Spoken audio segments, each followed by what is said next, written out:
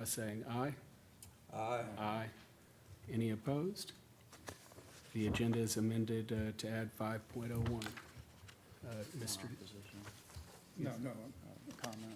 no, I just wanted to add one other thing, if I could, Mr. Chairman. Yes, sir. To new business. I'd like to discuss a potential retreat, because I think the board needs to get together and discuss a lot of items in the next several months. We could do it potentially at Lynn Park, where it wouldn't cost the board anything to hold a meeting there, but I think it would be good for the board if we got together and had a retreat just to have some discussion on certain topics. Okay, would that be fine as 5.05? Yes. Okay, do we have a second to add 5.05, discussion of a retreat? I second. We have a second for that. All in favor of adding 5.05, discussion of a retreat, please signify by saying aye. Aye. Aye. Any opposed? None opposed. Any other additions, deletions, or modifications to the agenda? Hearing none, is there a motion to approve the agenda? Mr. Chairman, I move for approval of the agenda with proposed additions. Is there a second? Second. All those in favor, please signify by saying aye. Aye. All right, we have an agenda before us. First up is the consent agenda. Mr. McLaren, could you lead us through that? Sure. Thank you, Mr. Chairman. Under the consent agenda 2.02, letter A, the minutes from the Board of Supervisors, December 2nd, 2025 a.m. and p.m. Meetings will be presented for approval. That's attached on board docs. Under item B, the board will consider acceptance of 5 donations and a budget amendment for Culpeper Human Services. It's a total of $13,500. All 5 donors have requested the funds be used for administrative costs related to the running of the warming shelter. Item C, approve acceptance of 6 donations for the Sheriff's Office and consider a budget amendment for the funds in total of $13,500. And item D, the board will consider acceptance of a grant of $2,000 and appropriation of the funds received for the Sheriff's Office from Walmart. Is there any discussion or a motion regarding the consent agenda? Motion to approve? Is there a second? Second. We have a motion and a second regarding consent agenda. All those in favor, please signify by saying aye. Aye. Aye. Consent agenda carries unanimously. Next up, general county business. I believe this is county attorney. I received a notice of a hearing before the State Corporation Commission that Dominion is requesting cost recovery for their wind project. They've spent to date approximately $11 million, and most of that's already been adjusted with the rates, but there's certain other adjustments that they want, and I just wanted everyone to be aware of this. It's posted, you can read it. I don't advise the county to enter an appearance in this because the paperwork from all the different jurisdictions we'd need a new room to file all that stuff in. But it can be followed, and if the county wants to take any position, it could do that at a later date. Thank you. Is there any discussion regarding Dominion's potential rate increase?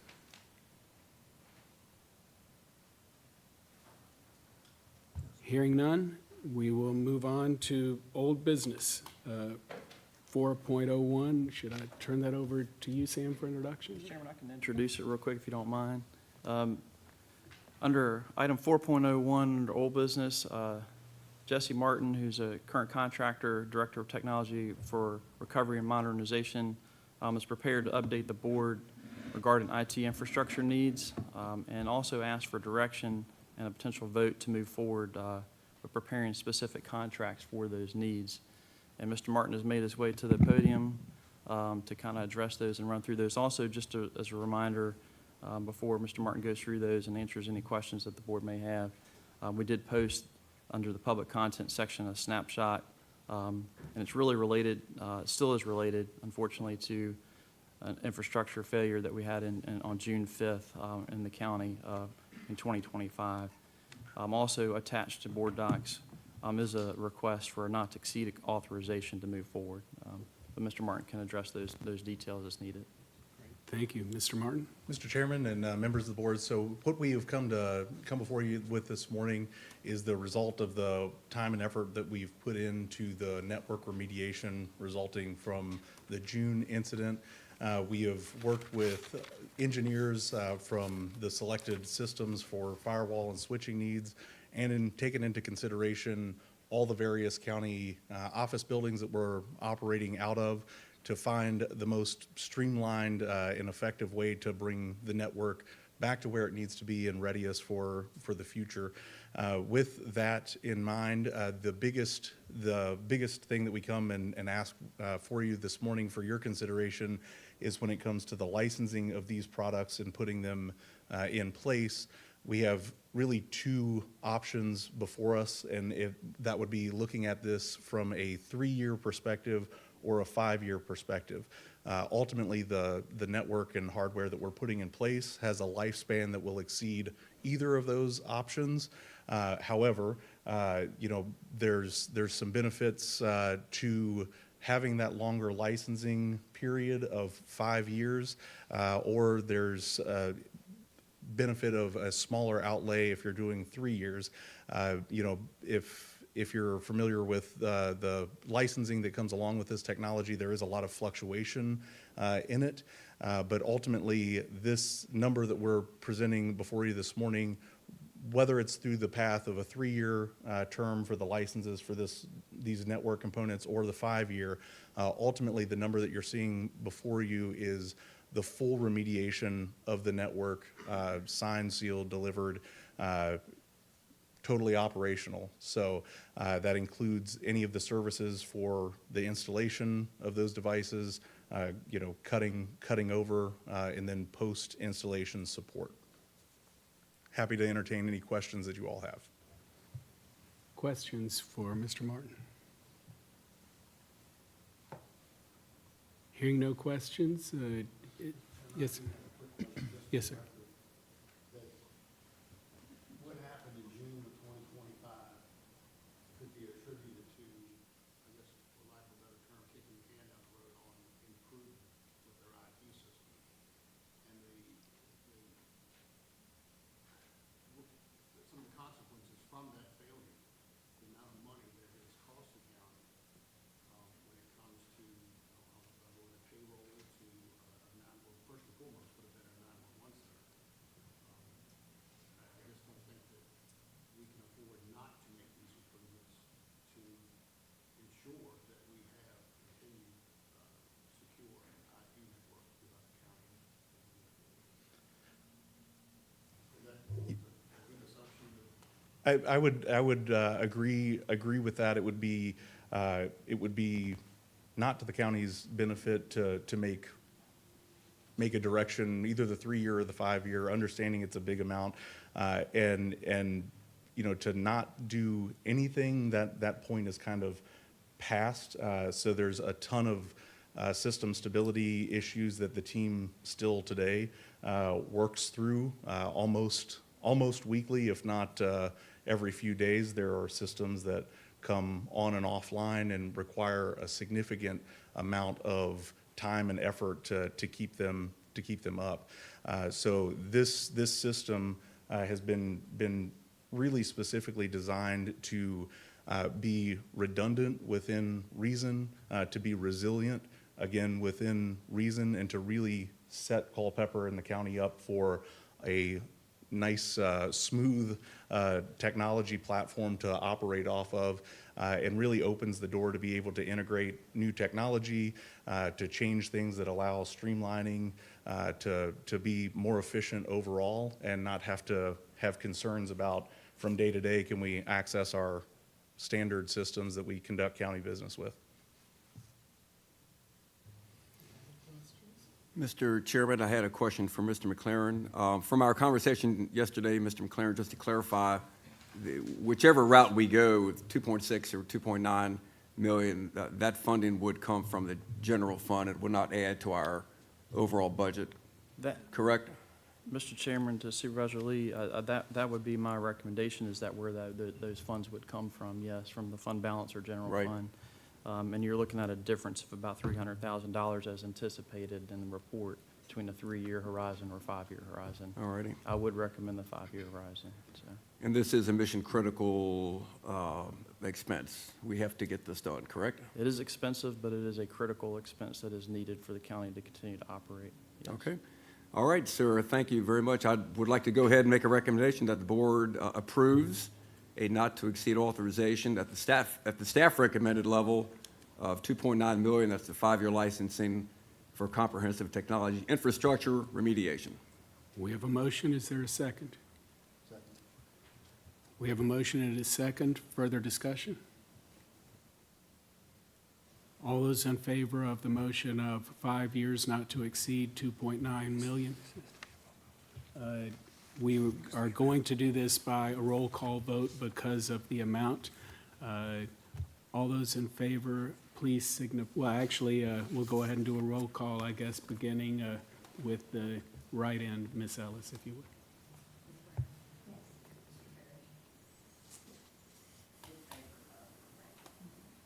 Yes, ma'am. Yes, ma'am. Yes.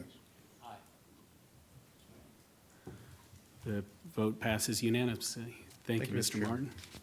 Mr. Chairman, if I could just remind the board and those in the audience too, obviously, I appreciate that direction this morning, but there are contracts that will be involved, and the board will have, full purview of those and approval too, so. Probably some impacts to a budget and Yes, sir. discussion there too. Certainly so. Thank you. Next up, 4.02, staff will request authorization to proceed with a formal RFP process for a unified ERP and HRIS system. Mr. McClaren? Thank you, Mr. Chairman. Mr. Martin can stand strong there for another minute or so, but just to kind of kick this one off, this is on your agenda. This is really part of the modernization efforts that need to happen when it comes to technology for Culpeper County. We're requesting this morning, staff's requesting authorization to proceed forward with a RFP process or request for proposal process for procurement of a enterprise resource planning, which is ERP, also a human resource information system, or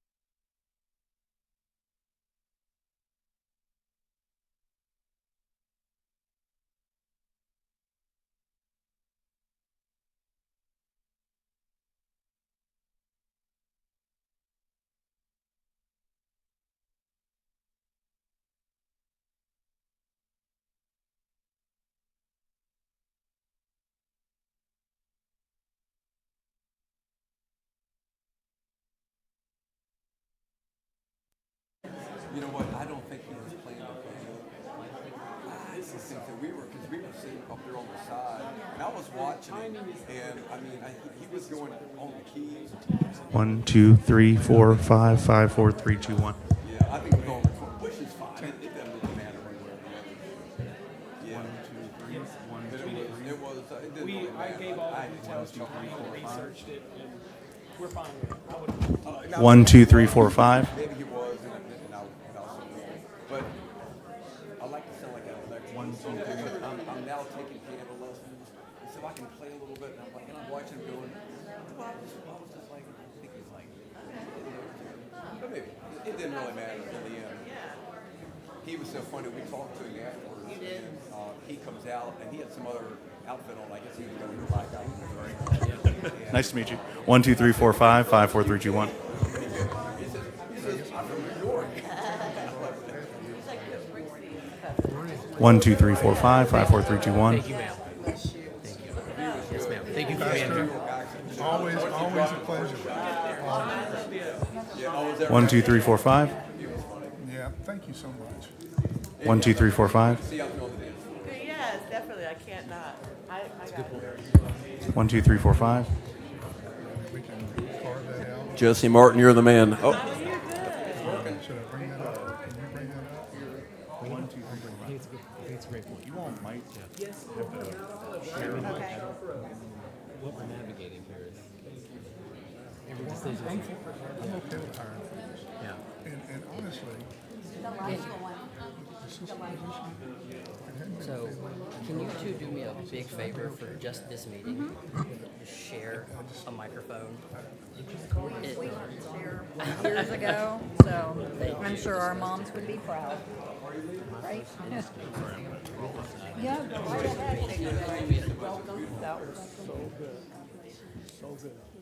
Thank you so much. Thank you. Well, I appreciate all your work. I really do. Thank you. you guys okay over there? Yeah, okay. 1, 2, 3, 4, 5. Okay. Thank you. If anything comes up and you need to speak, let me know. Give me a nudge, and I'll swing by over there. sounds like you two are going to need to share a mic. Our moms taught us to share. We're good. Right? Yes.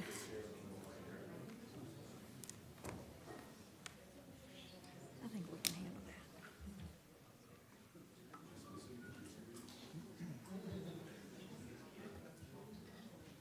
Wait for Jesse.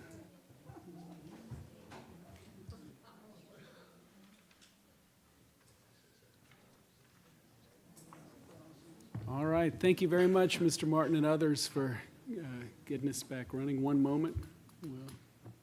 Sorry, Mr. Bennett, I was going at 4.5 minutes. That's my fault.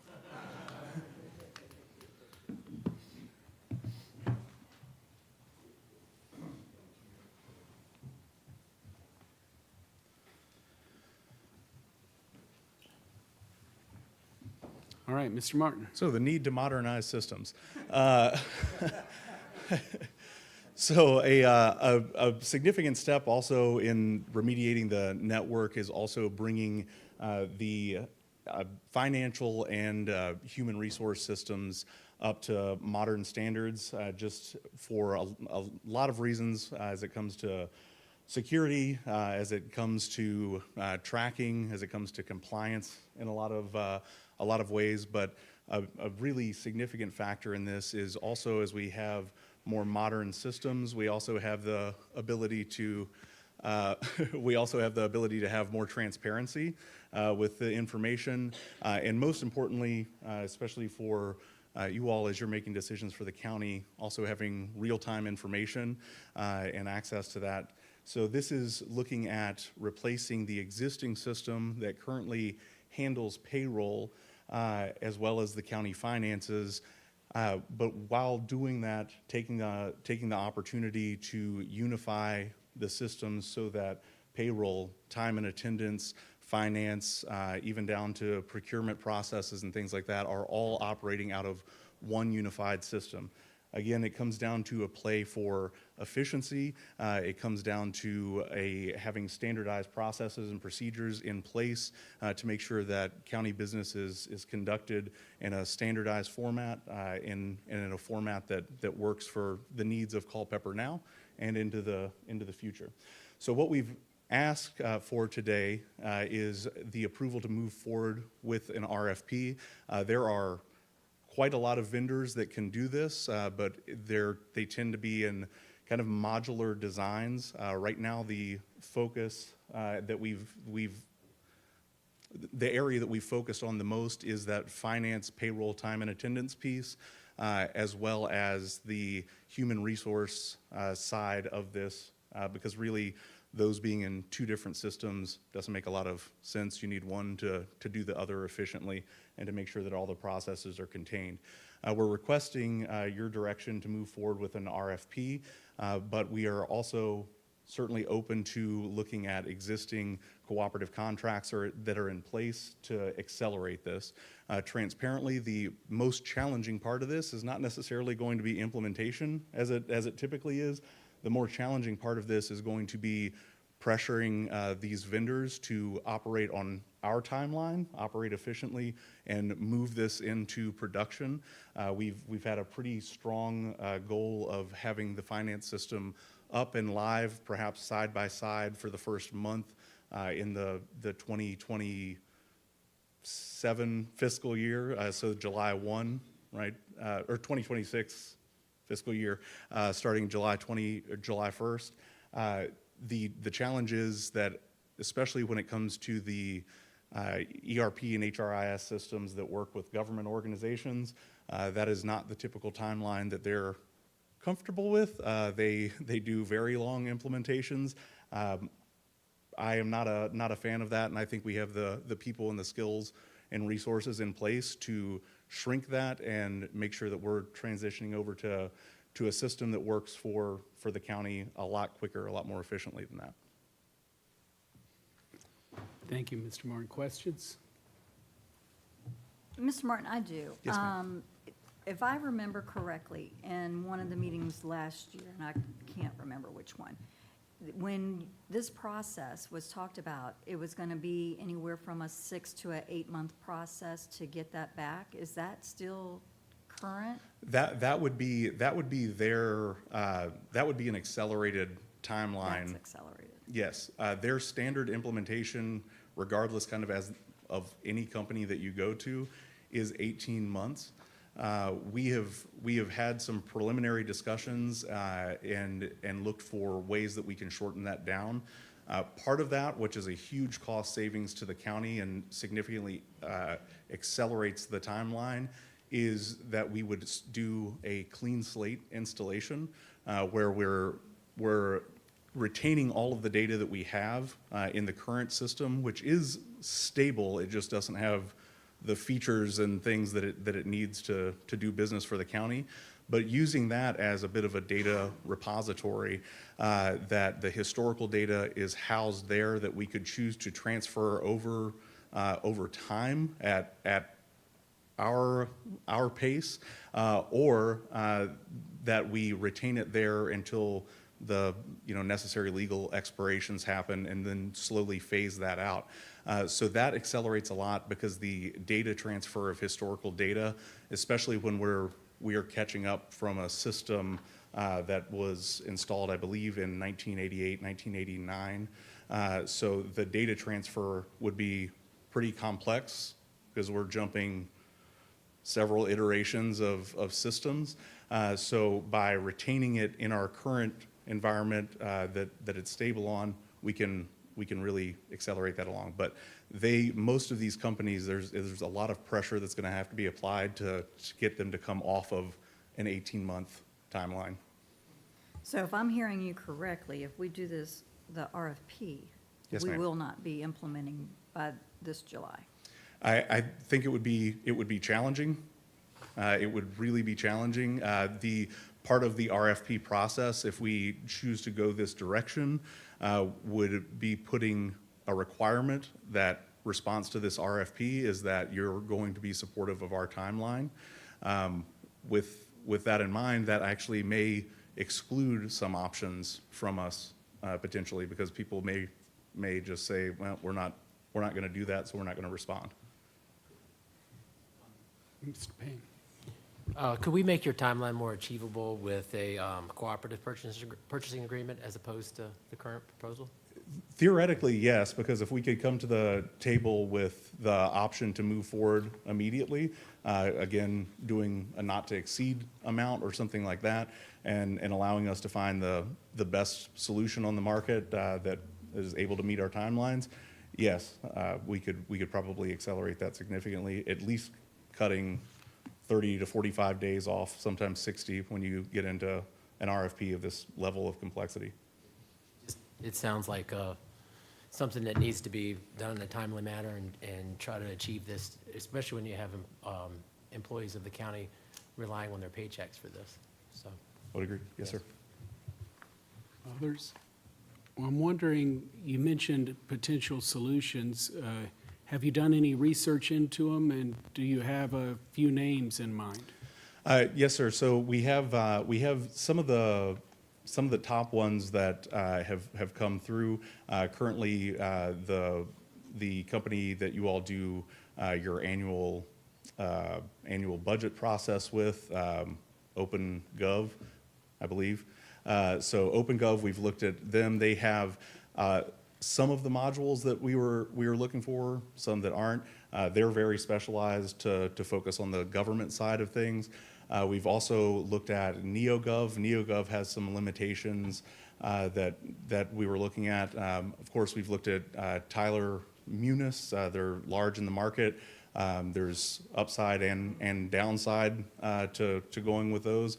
One of the biggest things that has kind of shifted them down the list as we did analysis is the implementation is extremely long, and the most common feedback that we got from other counties and people that have gone through that is they're 2 and sometimes 3 to 5 years into implementation. So that kind of shifted them down. Then we looked at ones that have not necessarily been traditionally considered, even spent a little bit of time looking at something as simple as like QuickBooks suites and things that, you know, maybe your brain doesn't initially go to, but hey, is it possible? There's a lot of limitations because of the interconnectedness that a government has to have with a lot of different departments, so excludes that. But then from an enterprise level, a strong contender that we looked at was also Workday. I think we had previously talked about that as one of the options.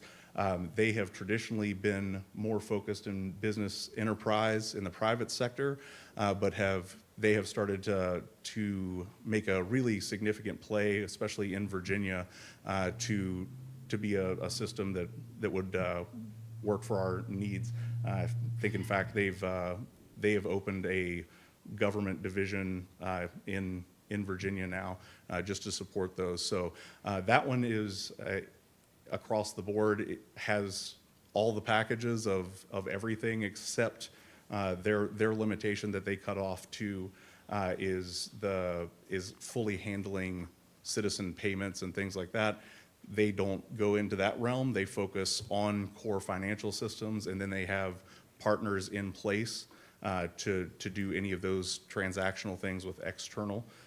So that is one of the benefits of that system, is they're very modular based, and then very based in a way that allows them to connect to whoever the county decides to work with when it comes to finance and procurement and processes. They've kind of built their house on the foundation of, we're going to stick to our core items, but we want you to be able to work with whoever you want to work with. So you mentioned several. Do you need an RFP process to further refine it? Do you need more research? What is necessary to come to a decision of who you would like to consider? Is it literally price, or is it something else? I think that really we're at the space of two things that are really critical.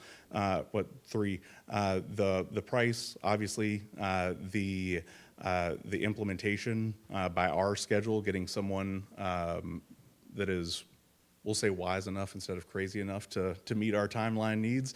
And then the third would be at least having some solutions or options that key staff can look at and see the user experience side of it. So those are really the three things. The RFP process would give us those items, but it is, as you said, it's a longer timeline versus us reaching out to some of these core ones that we've narrowed it down to and saying, hey, we want you to come on site, present this, allow you all to see the side of it that matters for, the open transparency side of it and the up-to-date, like modern financials and real-time information, and then really making a decision based on that. Mr. Chairman, if I could just make a Yes, comment, if you don't Mr. mind. McLaren. Thank you. Just want to make sure that the board's aware. I mean, I think you are. Just want to make sure we have some constitutionals in the room. Obviously, it's going to impact them as well. We have heavy users of financial platform systems that integrate with the county, i.e. especially the Treasurer's Office and the Commissioner of Revenue's Office. I just wanted to, it's not a quick transition, or it should not be with this, and mainly is because we have user education that has to happen too. And that end user education has not happened in this county. So you're working with a treasurer, with a Commissioner of Revenue, with a finance director, and others that are used to a financial platform that they've had for years. We do need to make a change, and I stand behind that. That's why it's on the agenda this morning, Mr. Chairman, but I just wanted to throw that little bit of caution in there from an implementation side and timeline. I don't know if an RFP process or a cooperative agreement process as far as a procurement vehicle would matter as far as that goes, but it's just something I wanted to mention, so. And I will say we've also, in researching this, we've also really figured out the best way to approach this rather than just diving into just the finance side or just logically when you look at how the county plans to utilize this and what the needs are. The most logical implementation of this is actually doing HR enrollment and getting that side spun up, of course, because that plays into time and attendance, which plays into payroll. Payroll then plays into our finance system. So that is the most logical. We have all of that really baked out, so we can be very directive to whoever we select, which is to our benefit. But the direction, is truly up to you all. If you all would like to give us an amount to work with, or RFP will support either. It seems to me, that perhaps it would be beneficial to refine the timeline, because we're hearing that from my standpoint, we're hearing that it's important that we get it right. We're also hearing that it's important that we hit July 1st of '26. Based upon basic understanding of Virginia Public Procurement Act and minimum timelines, I don't understand how the two are compatible. But that said, I've also heard that it is important that we provide modern systems that offer payroll flexibility for employees, meaning they want to be paid more than once a month. So with that, you mentioned several alternatives, some non-government, some government. Unless you believe that it's possible that we should be considering non-government ones, it may make sense to look at those that actually work with government, because we're taking a pretty big leap, and we maybe need to work with those who are familiar with what we're doing. Would it make sense to perhaps refine it, before we figure process, refine it to 2 or 3 alternatives and more detail of the timeline as soon as possible for us? We don't want to delay, but I think we may need a little more. Does that make sense?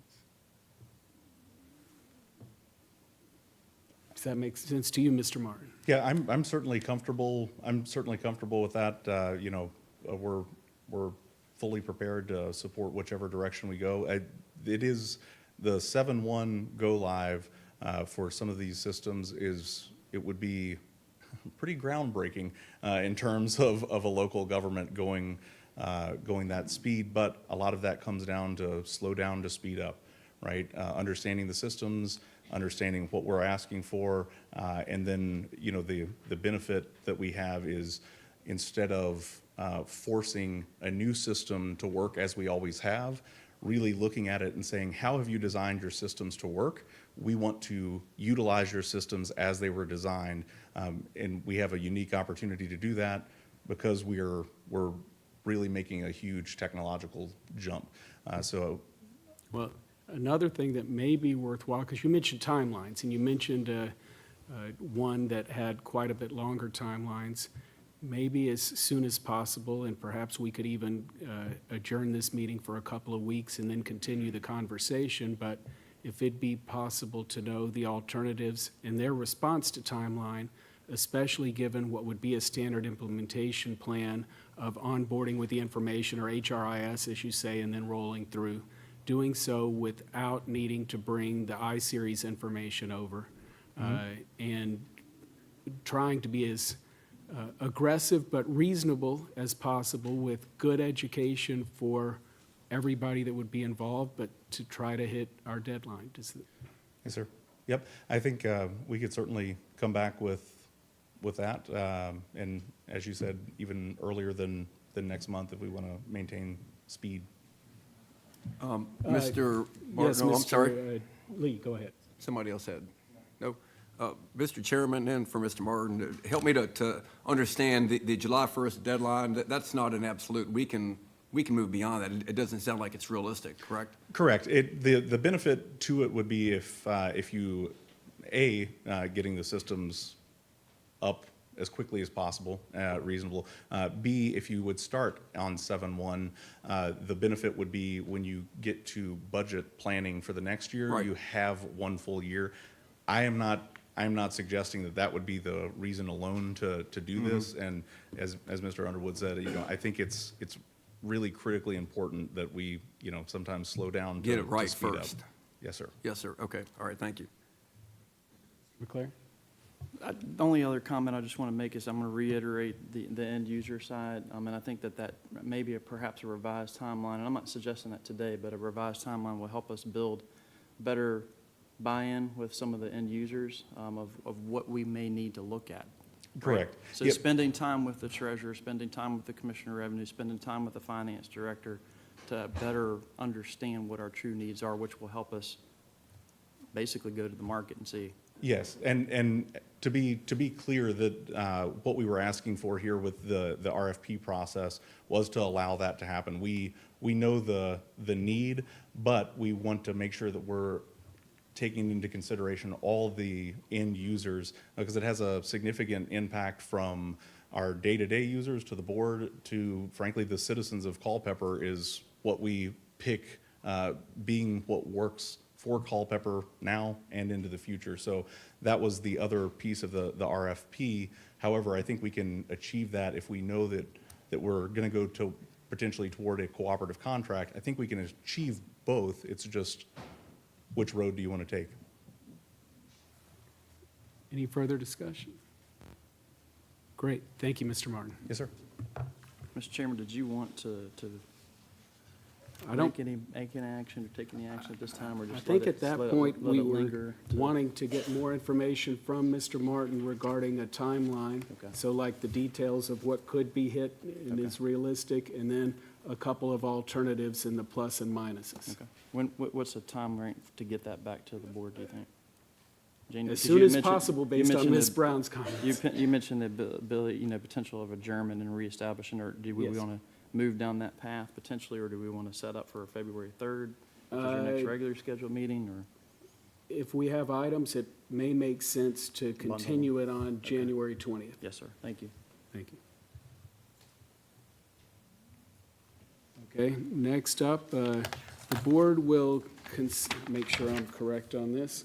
Yes, board will discuss and consider options for county jail needs. Is that Mr. McClure? Yes, sir. Thank you. Thank you, Mr. Chairman. Yes, I just wanted to get this topic started, just because it's something that is ongoing as it relates to county needs, and it's pretty significant as we move forward. And the board is well aware of this. This is a topic that is not new. That's why it's listed under old business at this point. But attached, just as a reminder to frame the discussion, we do have a court order that's been entered by the judge regarding jail concerns. I have provided, on behalf of the county, an initial response to that court order. Those have been entertained by the judge. The board also recently authorized staff to pursue a facility condition assessment, or an FCA, and that has been done. In light of that, the Facility Condition Index, or your FCI, presents, in my estimation, a difficult policy question. That's why it's on your agenda this morning. Whether investing potentially over $5.5 million or $5.4 million in a facility, which deferred maintenance costs already exceeds that replacement value of our local jail, draws pause to me, and that's why it's on the agenda this morning. The board needs to weigh those considerations against the immediate need to address the existing conditions, which we're doing and we have done. For example, we're going through the process of replacing the roof. But those other items are very expensive. Some of the items that are contained in the order from the court are actively being mitigated. Some need a little more planning and forethought, and maybe not fully achievable at the current location. I did attach a summary with some potential options for consideration by the Board of Supervisors. At this point in time, staff is asking for further board direction to move forward and to help develop those detailed implementation plans, Mr. Chairman. Discussion among staff, or among the board, sorry.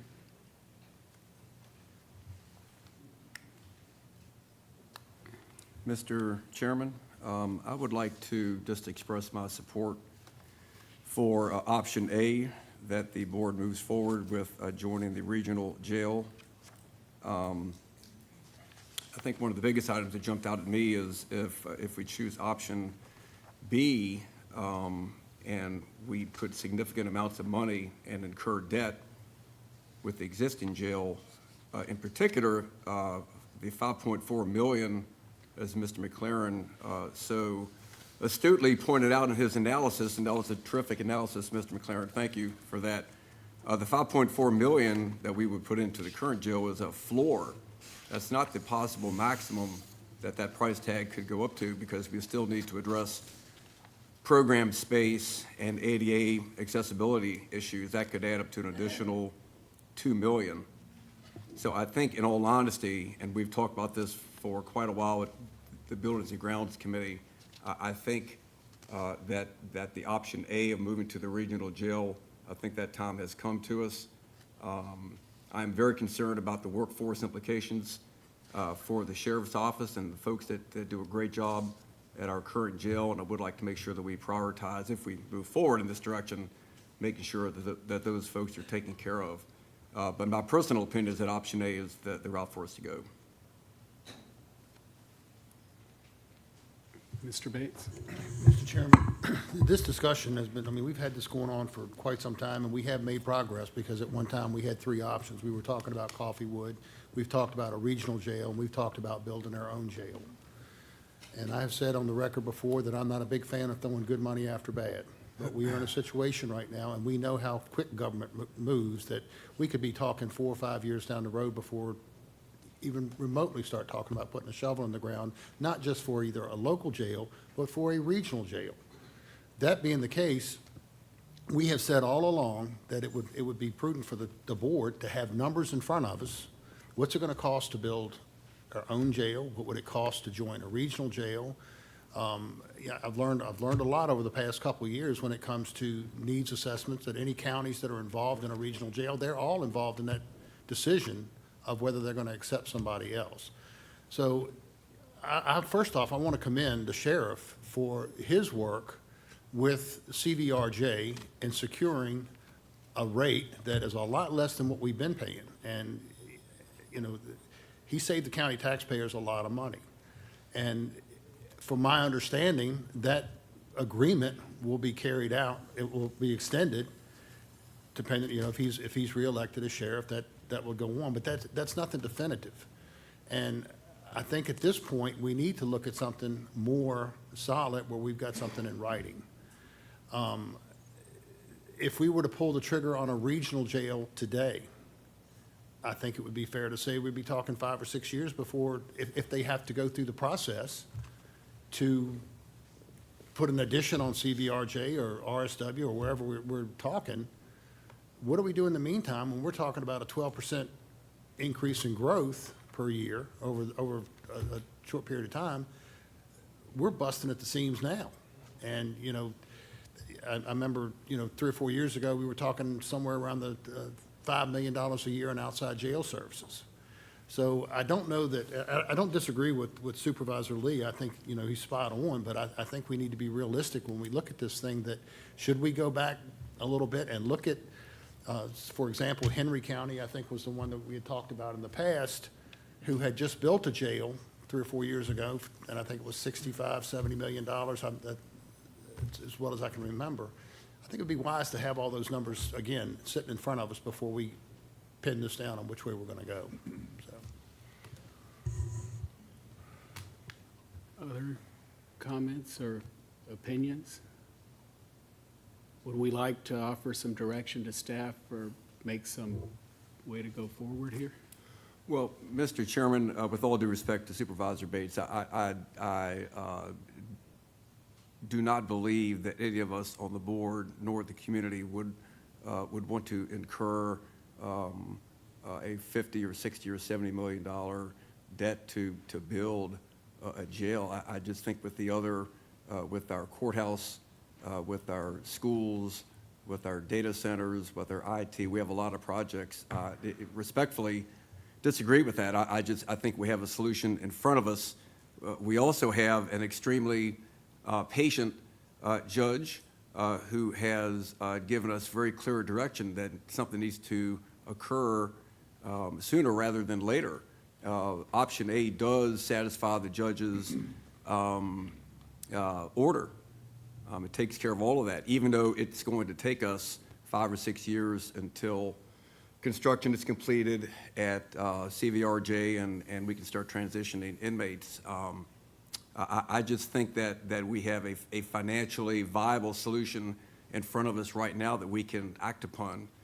And so having said that, I would like to go ahead and make that motion that we follow the county administrator's recommendation, which is option A, which is a transition to a regional jail. And I believe he had some other specific recommendations, and that we approve all of those recommendations as stated in his summary report. We have a motion on the floor. Is there a second?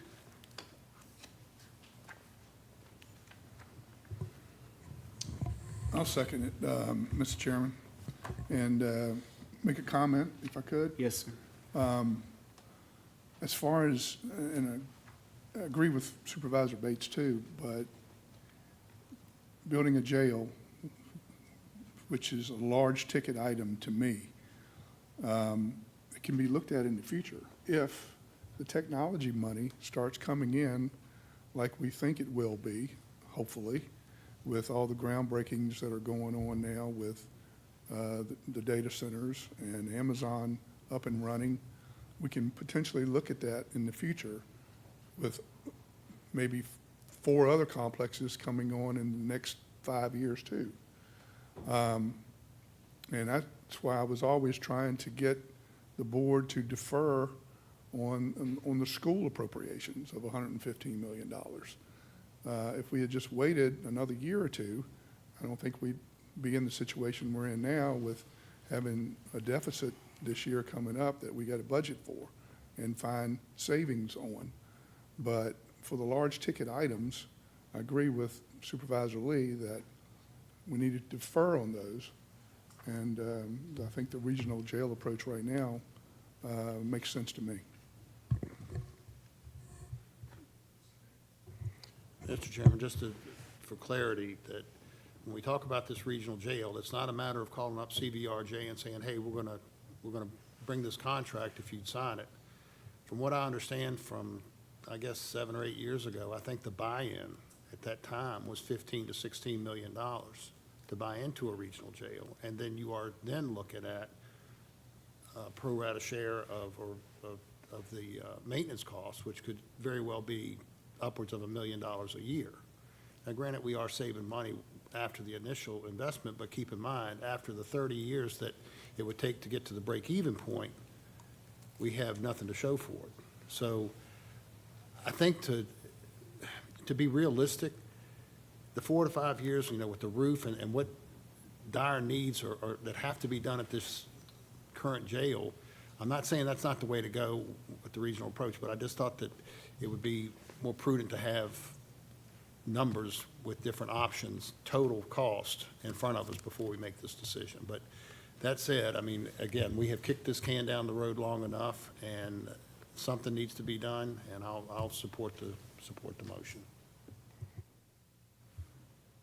Other discussion? Mr. Chairman, perhaps Mr. McLaren could clarify the amount for the buy-in to the regional jail and the points that Supervisor Bates brought up. There certainly is a buy-in, Mr. Supervisor Lee, Mr. Chairman, Supervisor Lee, but I am not at this stage ready to announce that number. It very well could be that $15 to $16 million, but that would take further research. Okay, all right, thank you. Brown? Would it be pertinent to bring that back up on that January meeting that you're talking about in a couple weeks with those numbers, if that would, I think it is good to have numbers. Mr. McLaren, would it be possible to make some calls and get some information regarding prospective interest of regional jails by January 20th?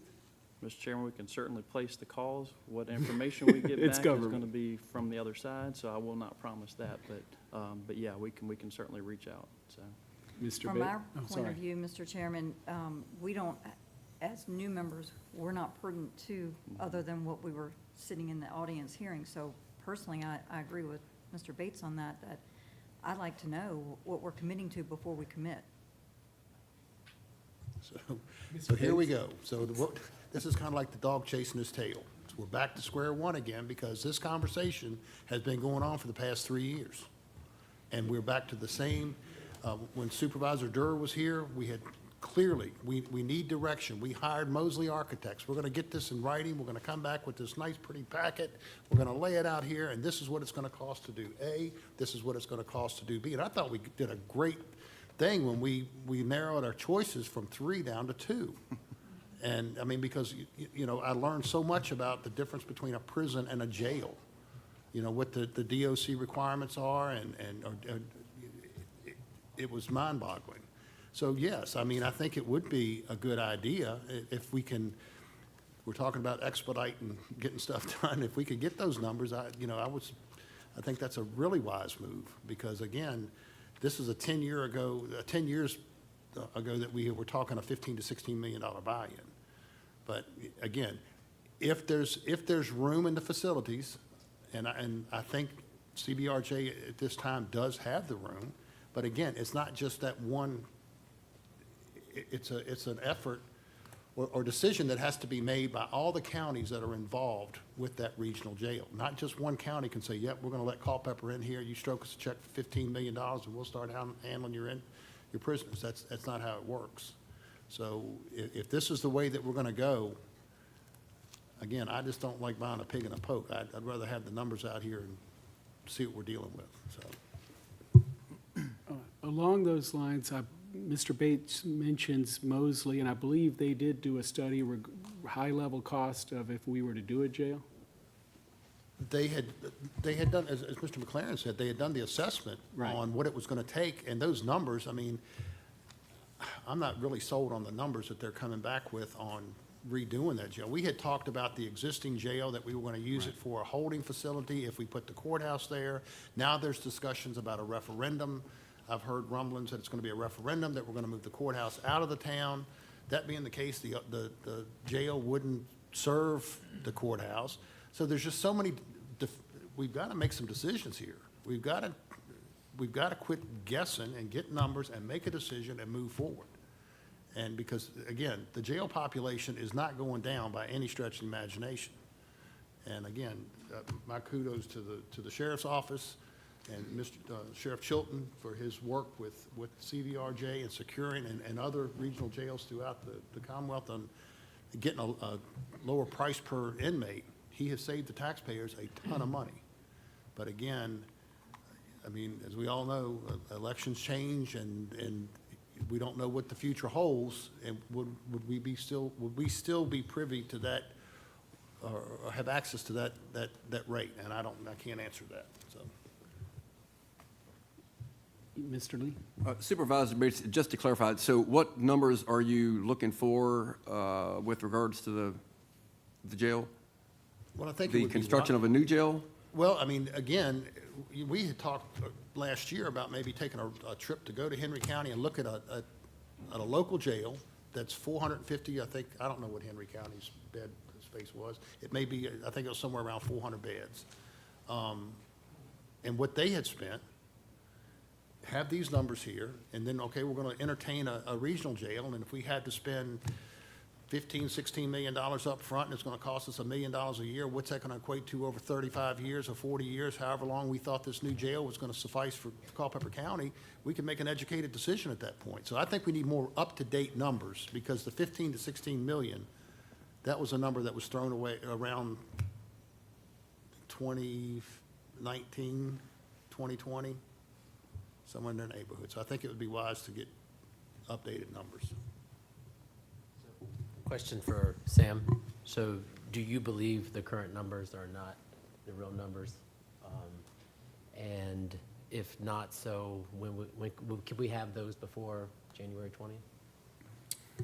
Supervisor Payne, I'm not sure if I could get them. I mean, we can try to get those numbers, you know, for the buy-in for CVRJ, but I don't know what the response time is for something like that, so.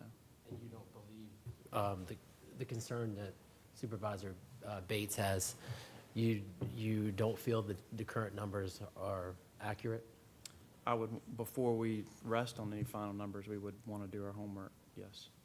Got you, because it just, you know, it's just a familiar theme. We have failing infrastructure and timelines that need to move really quickly. So what would be, not to put you on the spot, but what would be a realistic timeline to have these numbers so we can make this decision? Because this is really critical.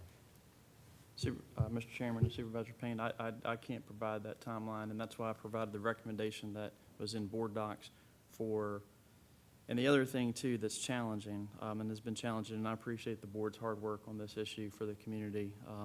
It is significant.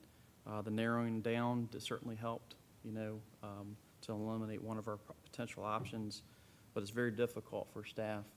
And that's part of the reason why I put this on the agenda this morning. It's very difficult for staff to continue to work without knowing where the direction is.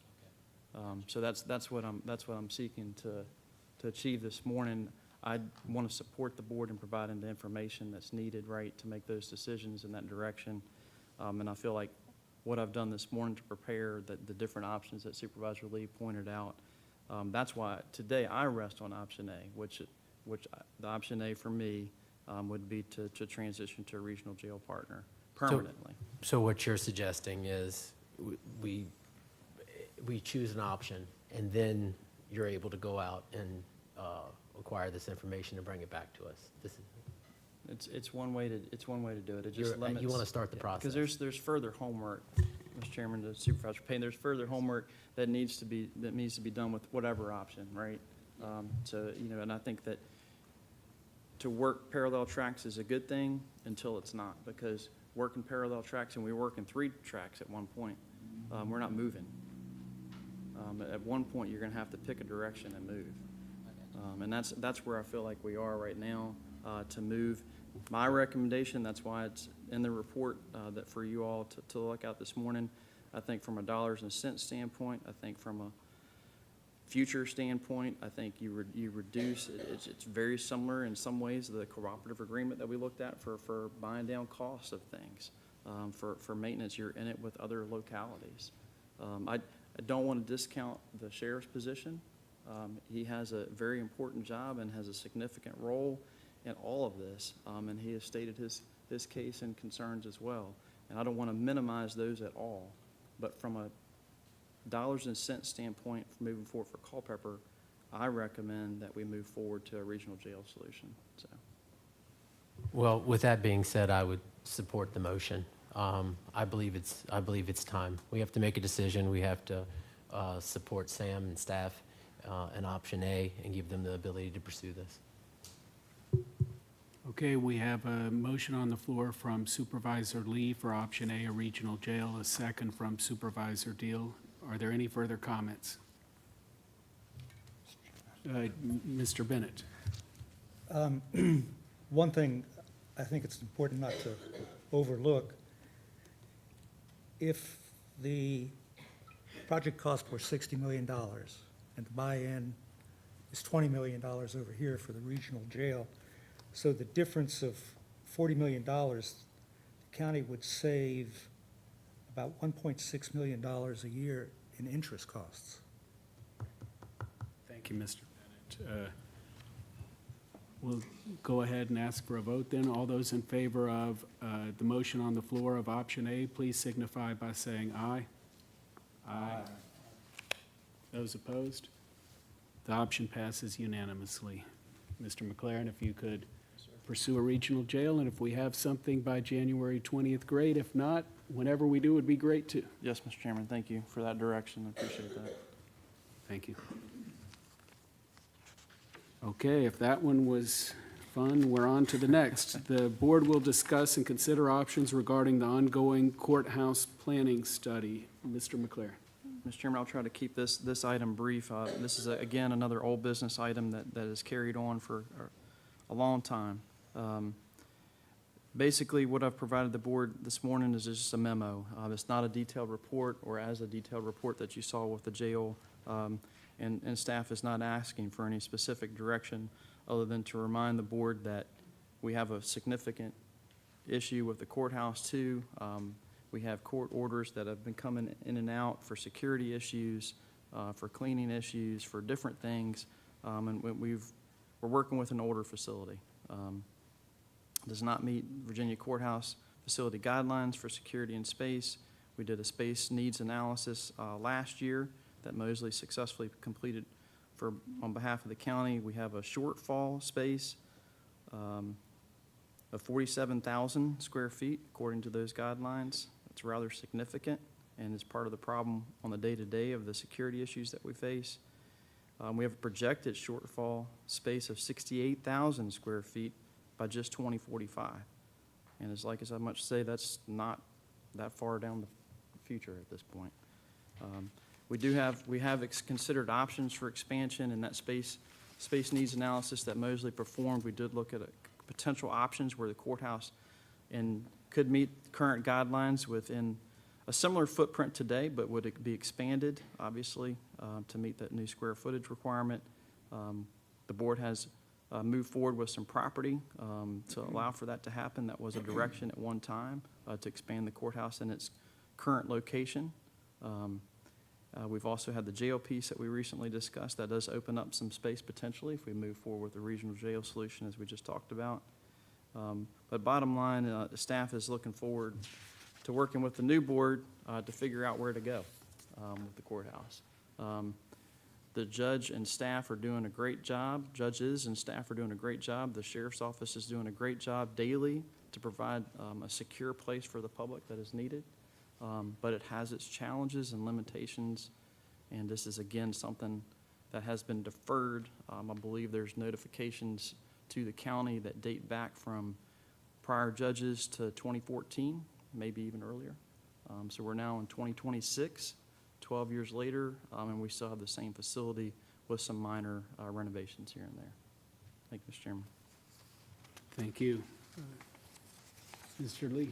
Yes, Mr. Chairman, I would just like to recommend that we bring the courthouse item back up on the agenda for the Buildings and Grounds Committee, and that would definitely afford our new supervisors time to get more information with regards to what we've looked at, where we are, and I just think right now they need time to see where we are with the courthouse needs, and options presented by Mosley. So that would be, my recommendation is just to put it on the agenda for Buildings and Grounds as soon as the next time that we meet.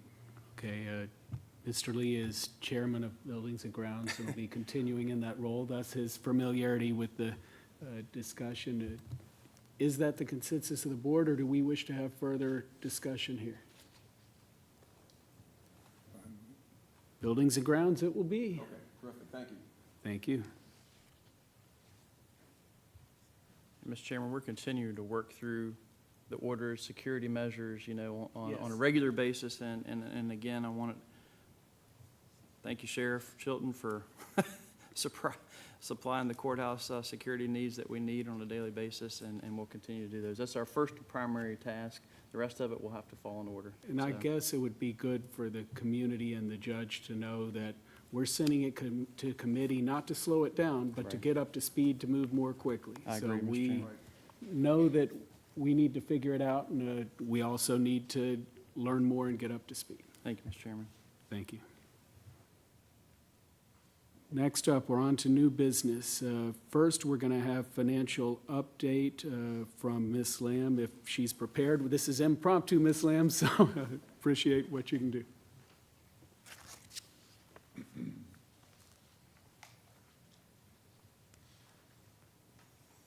Good morning. It is a little impromptu, but I do have a little bit of information I hopefully can provide to you this morning about where we stand as of December 31st. Took a quick look yesterday afternoon. First and foremost, we have not received the audit for FY25 yet. However, my calculations of the unassigned fund balance at the end of FY25 is about $51.5 million, which is up from last year of 43.8. So we are definitely looking better there. At the end of December, the fund balance, the general fund balance is at 1.3 million. Now, please remember, you've got 6 more months to go for payments to get to the end of June. 130. Yeah, 103 million, not 1.3, right? Yeah, I'm sorry, 103 million. Okay, great. As opposed to last December was 54.7 million, so up significantly. In looking at the revenues, the real estate taxes or the real property taxes, all but 5.5% have been collected through December. All but 5.31% of the personal property taxes have been collected. And in looking at last year, from January to June, we will definitely hit the mark on the personal property and probably exceed that. I'm not 100% sure where we'll fall with real estate because of, with the reassessment, there was a little bit of a change in land use from the prior year to this year. But we should be close to that, hitting our mark on the real estate taxes at the end of June.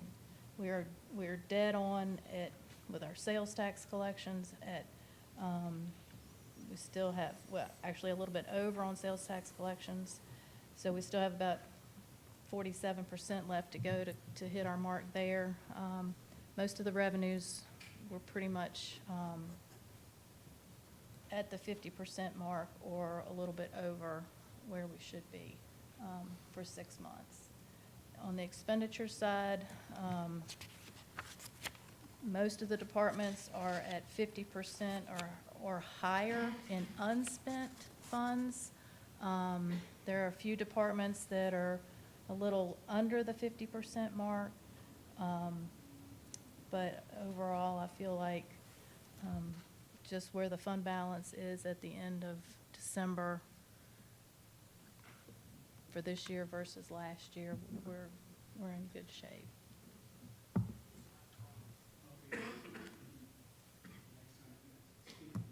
Oh, I'm sorry. Be great. Questions for Ms. Lamb? So in summary, you're saying our fund balance is good and we're roughly on budget? Yes, sir. Okay, thank you. I'm wondering, I know it's very, very high level, but do you have any within a few $1 million guess is what we may be looking at for next year? As of the end of June, Yeah, yes, so for fiscal year '27, so what we're going to be doing in the next 3 months. I do not. I feel like we're up 7.7 million at the end of this June, or June 25 as compared to June of 24. I would venture to say our fund balance has continued to grow.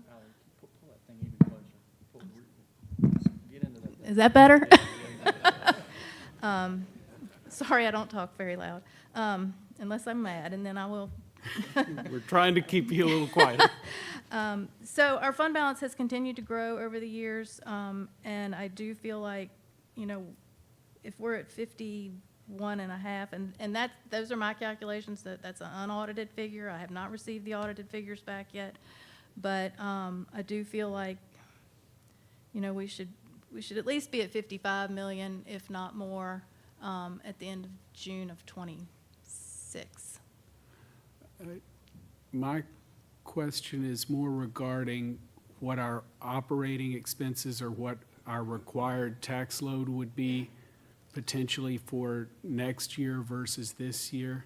And just to give you a high level, the reason I'm asking it, I think we have maybe 8 million plus in school debt Yes, that'll sir. be added, and You're we've gonna all. have, for this current year, we have not made any debt payments yet. We do have a $5.5 million interest payment to make that has not been made yet.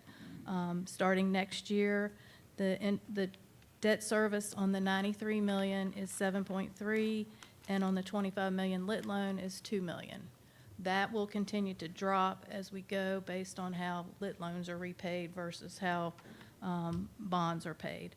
The $10 million mark we will hit in FY '29 is the high point on the repayment of the 93 million. And then, once we hit that point, then it starts to go back down again. So even if we're not looking at inflation, which there is, and county employees, school employees, everybody's going to, of course, need cost of living adjustments, et cetera. But outside of that, it sounds like we already have 9.3 million more in next year's budget than this year from interest alone, which on our current real estate rate would be 9 cents or more than 20%.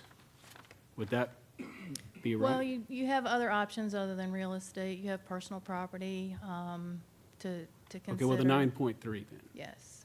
So you're going to have a $9.3 million debt service issue in the '27 budget coming up. The majority of the departments that I have reviewed so far in submitting their budgets, and I haven't gotten 100% through all the departments, they are virtually holding steady with their requests, other than some personnel adjustments that they are asking for. I know the sheriff's office has some requests that are required due to the judge that he can't control. So I can't make a guess right now what It's early. the operating budget's going to be, but I do think that you have options with other revenues other than real estate. So, you know, that may. Mr. Chairman, I have a Yes. question. Supervisor Deal. So Valerie, you said the reserve fund is 51 million right now? That's my calculation, yes, sir. Calculation. Do you have a projection for what it will be at the end of the fiscal year?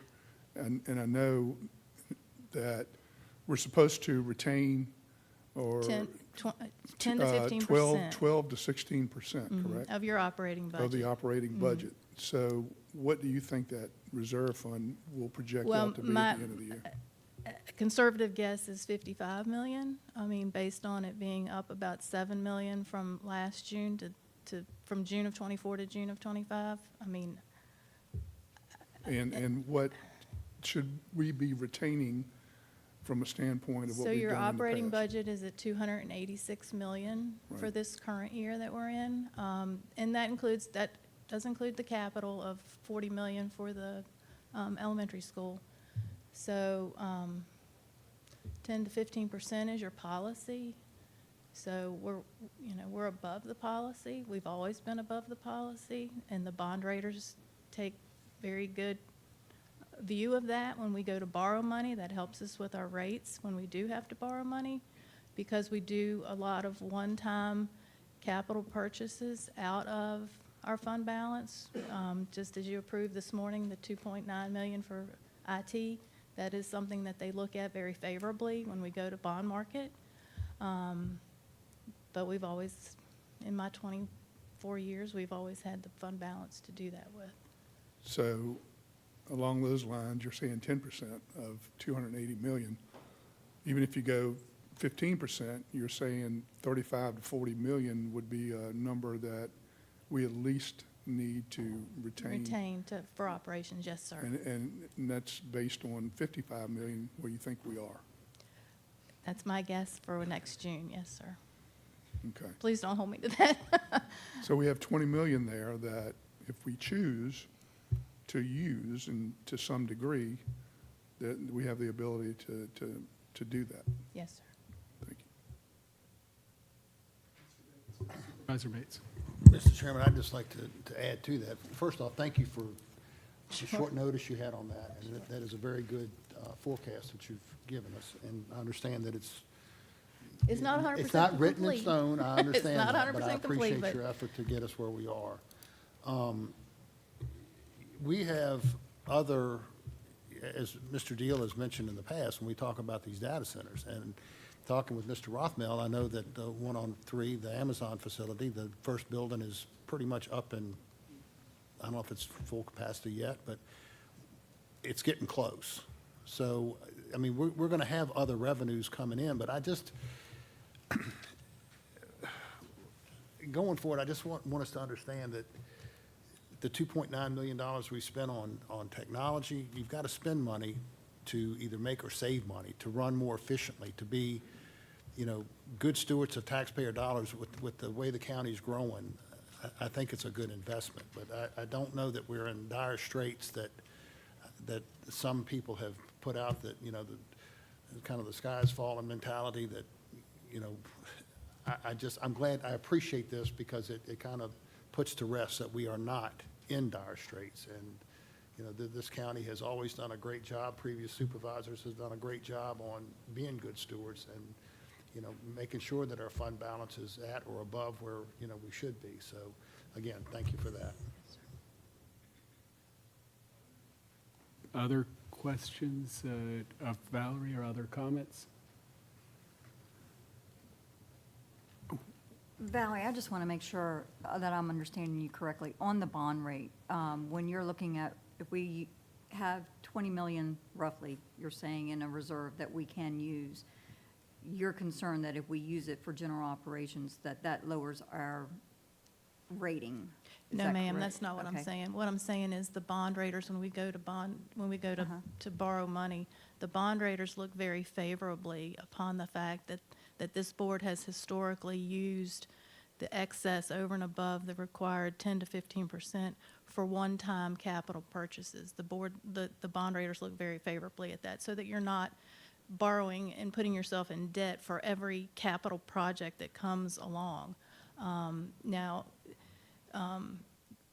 For operations, yes, the revenues that come in should support your operating costs. And there have been times in the past when we've had to pull money out of the fund balance for operations. Back during '08, when times were rough, we've done that on occasion, or the board has made that decision to do that on occasion, but that's not a practice you want to go down doing every year. But the one-time capital things, the bond raters look at very favorably.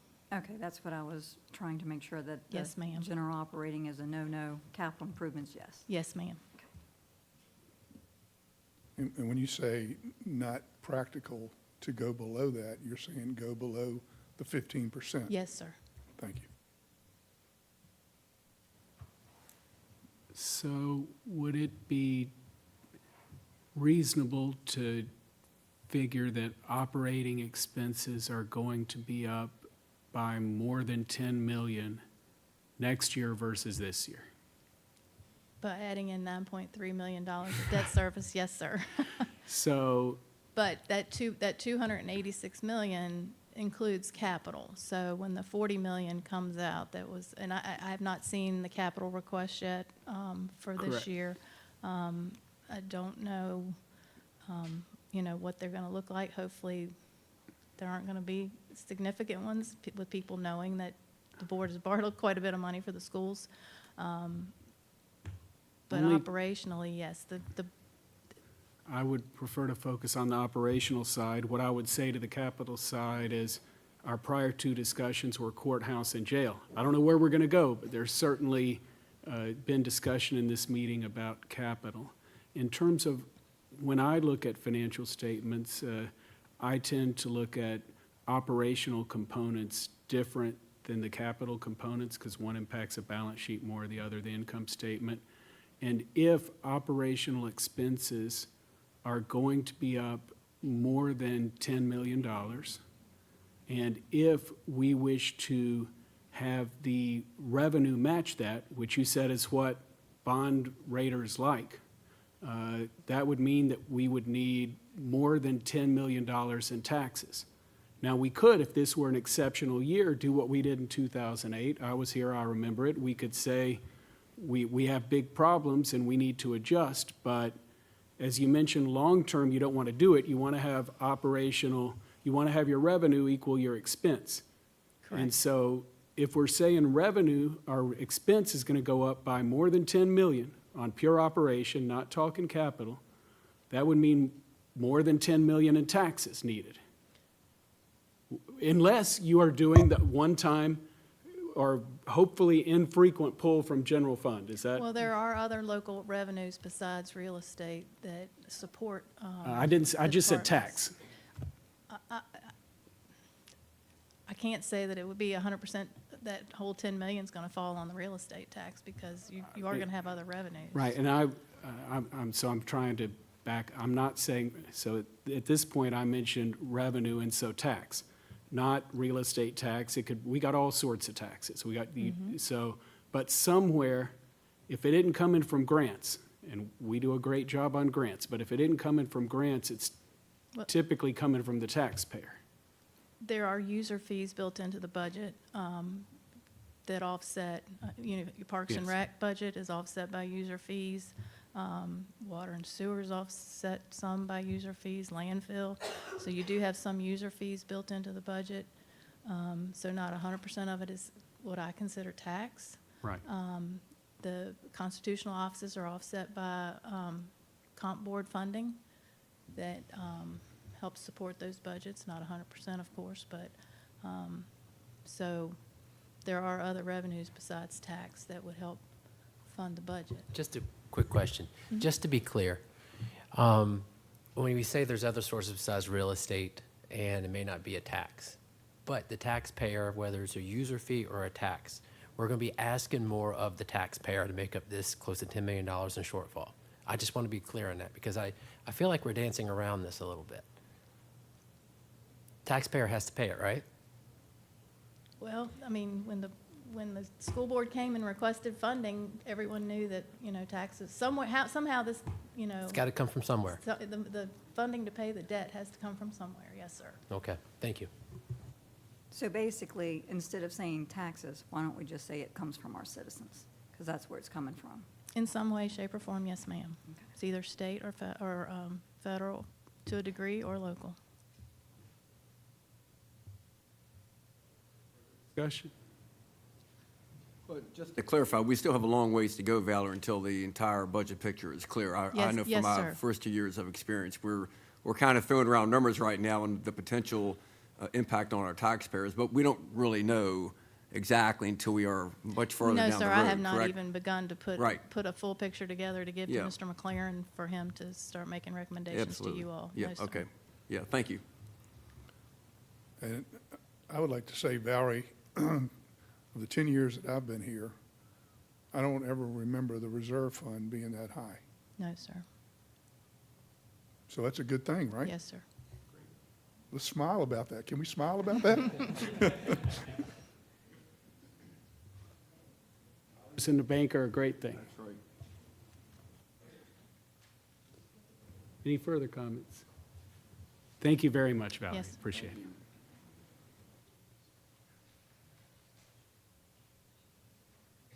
All right, we're on to 5.01, Parks and Rec Department seeking board approval to award a contract with Long Fence for the replacement of fencing at the sports complex to the existing baseball and softball fields. Mr. McLaren?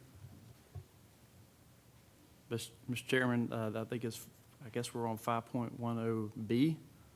Yes, If it's yes, officially you're right. amended there, but it is still a 5.10 on board docs there. Yes, this is a request awarding a contract to Long Fence for the Culpeper County Sports Complex for redoing the fencing and backstop replacement. It is in the amount of $581,557. The funds for this project have been previously appropriated in this current fiscal year, specifically through the approval and adoption of the fiscal year 26 through 30 capital improvement program as well. The contract documents are posted as well on board docs for consumption there.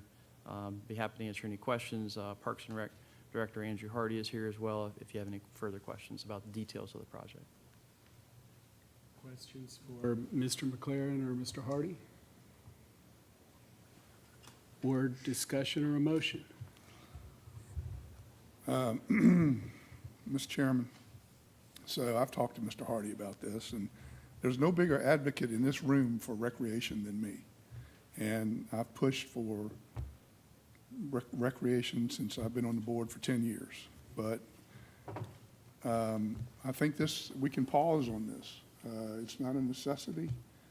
We're going to have to work with the town, and I know Ms. Brown, and I'm okay with a hiring freeze, but we have a pool that we're all very proud of coming on, and we're going to have to work with the town to hire lifeguards, et cetera, for that, which is a great thing that's going to be coming on board Memorial Day weekend.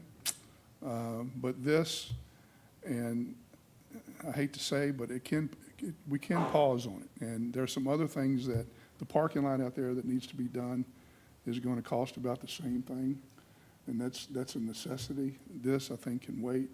So being a Parks and County liaison with the committee, I think they would agree with me that it can wait, and I just say let's defer on this until we can afford it, and we're not as worried about the budget as much as we are now. Does everybody agree with deferral? Yes, sir. I don't believe we need a motion for that, so that if everyone, you fine with that, Mr. McLaren, just a Yes, consensus for yes. deferral? Thank you, Mr. Chairman. Yeah. Okay, great. Thank you, Supervisor Deal. Next up, which either 5.03 or if that were 5.01B, 5.02, the board will discuss and potentially vote on the elimination of the newly created Deputy County Administrator position. Mr. Chairman. Yes, Mr. A resolution regarding the newly created Deputy County Administrator position. Could either you or staff please read it into the record,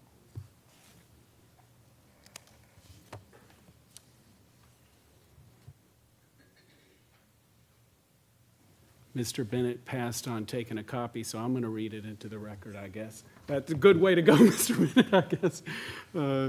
But with that, resolution to eliminate the position of Deputy County Administrator, whereas pursuant to Virginia Code 15.2-406, the Board of Supervisors is authorized to appoint a county administrator and oversee administration of county affairs. And whereas, under the general powers granted to the board by Title 15.2 of the Code of Virginia, including but not limited to 15.2-406 and 15.2-407, the board possesses the authority to create, modify, and eliminate administrative positions as necessary for the efficient and fiscally responsible operation of county government. Whereas, at its October 7th, 2025 meeting, the board approved the creation of a deputy county administrator position based upon the recommendation from the Personnel Committee. And whereas in December 2025, the county administrator announced the selection of a candidate for the deputy county administrator position with an anticipated start date in mid-January 26. And whereas the board recognizes the importance of maintaining fiscal responsibility and prudent stewardship of public resources amid ongoing budgetary considerations. Whereas the board has determined that eliminating the deputy county administrator position prior to the commencement of any employment in that role will promote operational efficiencies and align with the county's long-term financial objectives. Now, therefore, it be resolved by the Culpeper County Board of Supervisors that the position of deputy county administrator is hereby eliminated, effective immediately upon adoption of the resolution at the board's January 6, 2026 meeting. And further, that any pending offers of employment or recruitment efforts for this position are rescinded with no further actions to fill the position unless otherwise directed by future action of the board. Mr. Chairman, I hereby. You make a motion for that, you said? Yes. Okay, Mr. Farish has made a motion that we adopt that resolution. Is there a second?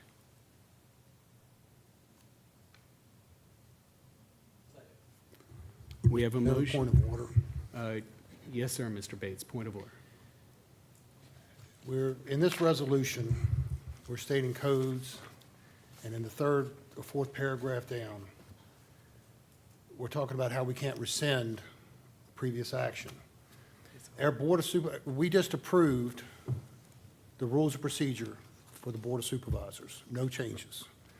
And it clearly states that you can't undo a prior decision in two situations that both of them apply right now.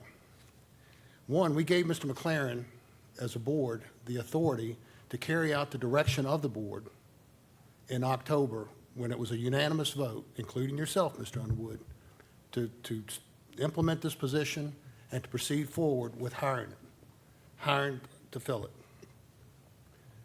Rule 4-5 L2 states you can't undo a decision when somebody has already relied on it and put things back, and you can't put things back the way they were. The applicant, Mr. Deal, quit his job because the board gave him his word. We gave him their word that we were going to have this position. The sheriff, since then, has already filled those positions where Mr. Deal was.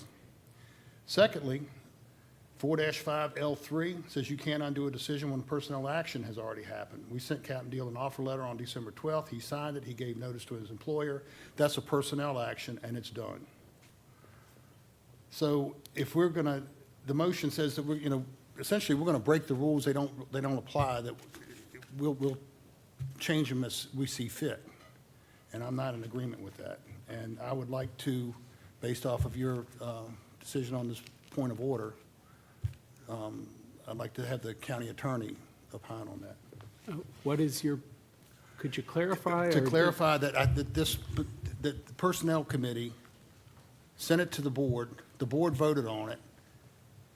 It was a unanimous vote to start this position, and we have hired someone to fill that position. So my question is, what has changed since October to where you have changed your view on it? I mean, where, to come up with this? I mean, this board, me, the that's new not members a- have not set in on any of these actions. I mean, is this something that was done outside of the boardroom that the three sitting members weren't aware of? Well, to me, the reason I'm going to address it is asking me why I changed my opinion. I'm not sure that's a point of order. And I'm happy to address it unless the attorney believes why I changed my opinion is a point of order. It's not. Okay, so in terms of, one, we haven't voted yet. So there is a resolution on, and I would, if we're discussing this as a part of a motion and a second, which we have, I'll gladly, normally I would prefer the other board members speak as chair, but I'll go ahead and answer since you've asked. Mr. Deal, I'm sorry, I want to. Yeah, I'll speak on it, Mr. Chairman. And for me, it's just about reality. I mean, I don't know Mr. Deal, other than to say hello. He's not a relative of mine, or I don't even know the gentleman. But, we we passed, the board, like Mr. Bates said, we passed the position. We all voted for it. We approved it. He accepted the position. It was on the front page of the paper. I mean, I don't even think we should be discussing this, to be honest, in my opinion. But it makes no sense to me. You know, we're a small community. We shouldn't do business like this. The budget is what it is. We can find money somewhere else. We just had a very favorable presentation, I think, from Valerie on that. We've always streamlined government here, whether it be employees. When I came on the board back 10 years ago, the tax rate was between 80 and 85 cents per $100 of assessed value, the real estate tax. Now it's 43 cents. And not only is it 43 cents, but we've built a vocational education school.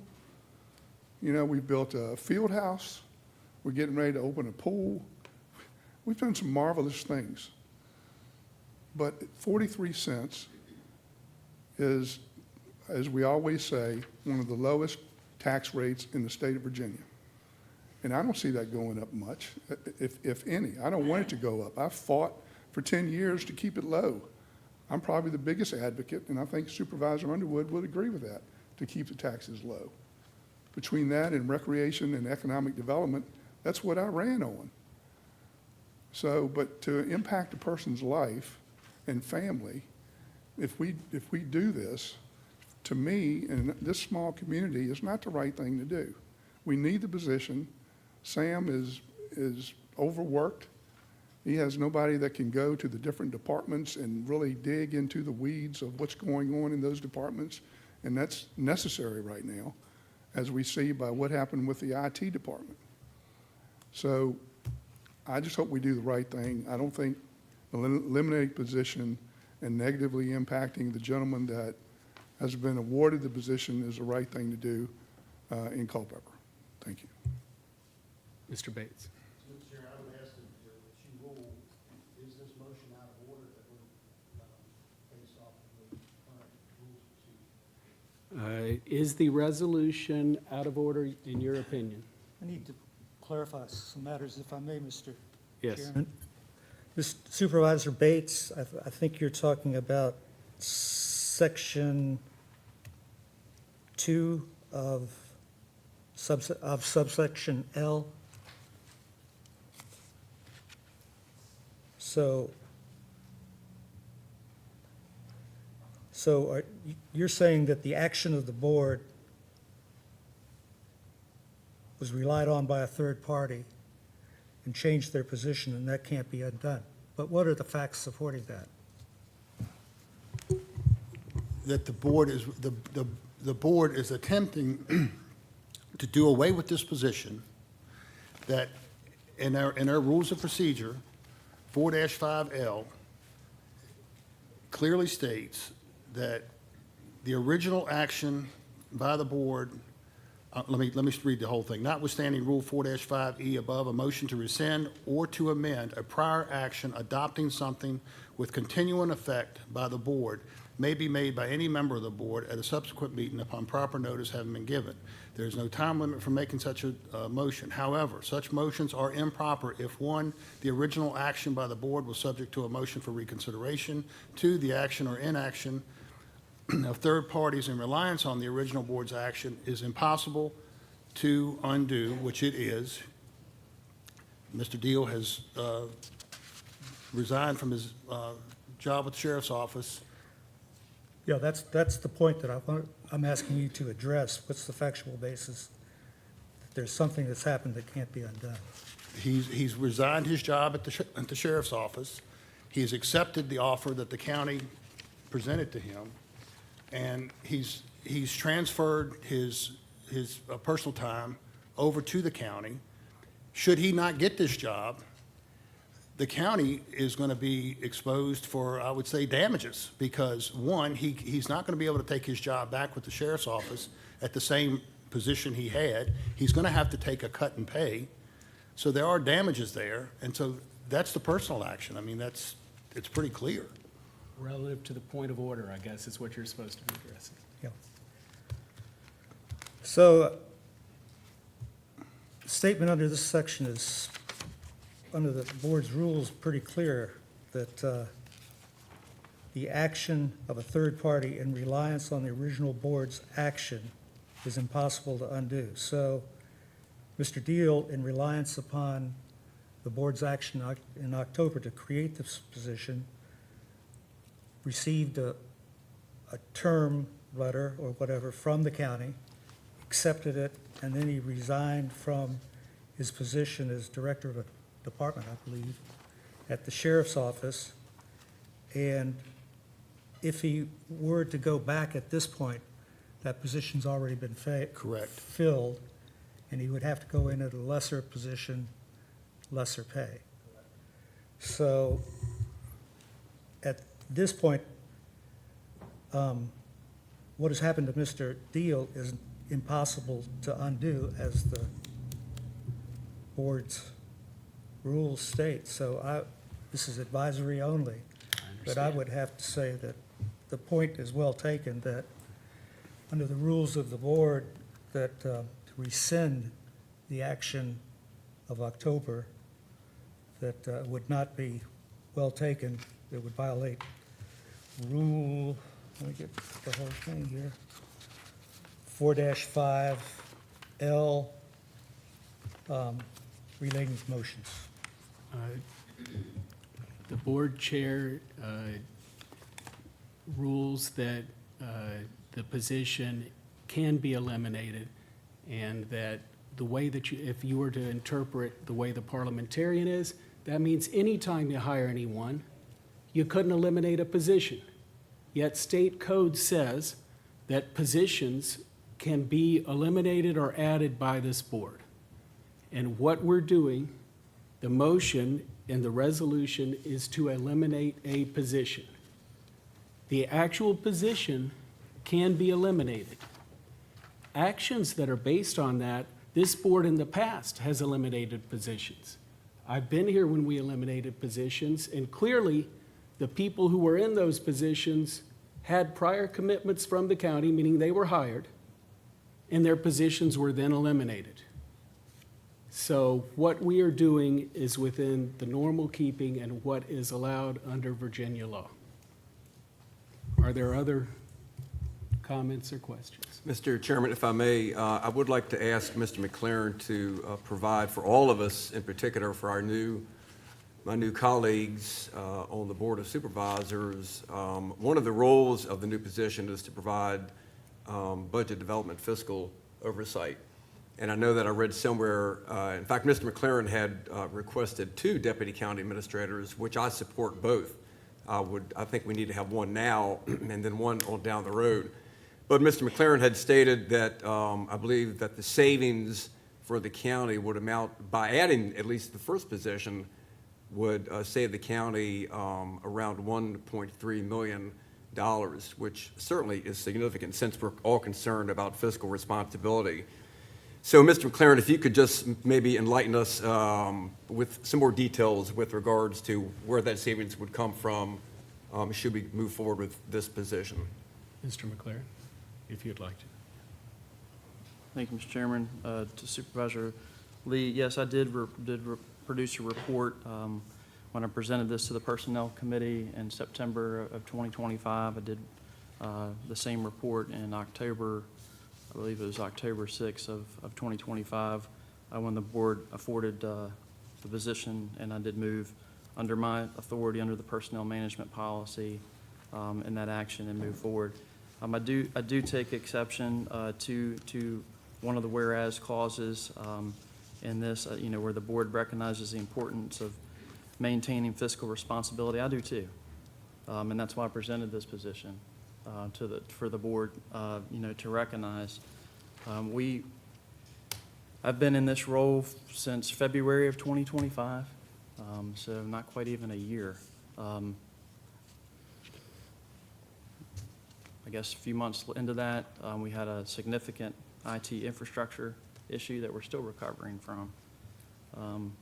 We have other operational areas that are not as strong as they should be. We have delivery of some very significant potential capital projects for this community. It takes people to do those things. And what I illustrated to the board and showed through the reporting that I firmly, and I still stand by this today, that's why I presented it in September and October of last year, because there is an urgency to this. Otherwise, I would have waited, and the board could have waited in October to push it to the budget, but they did not. I believe, and I strongly support this still, there is a net benefit to the taxpayers with this position.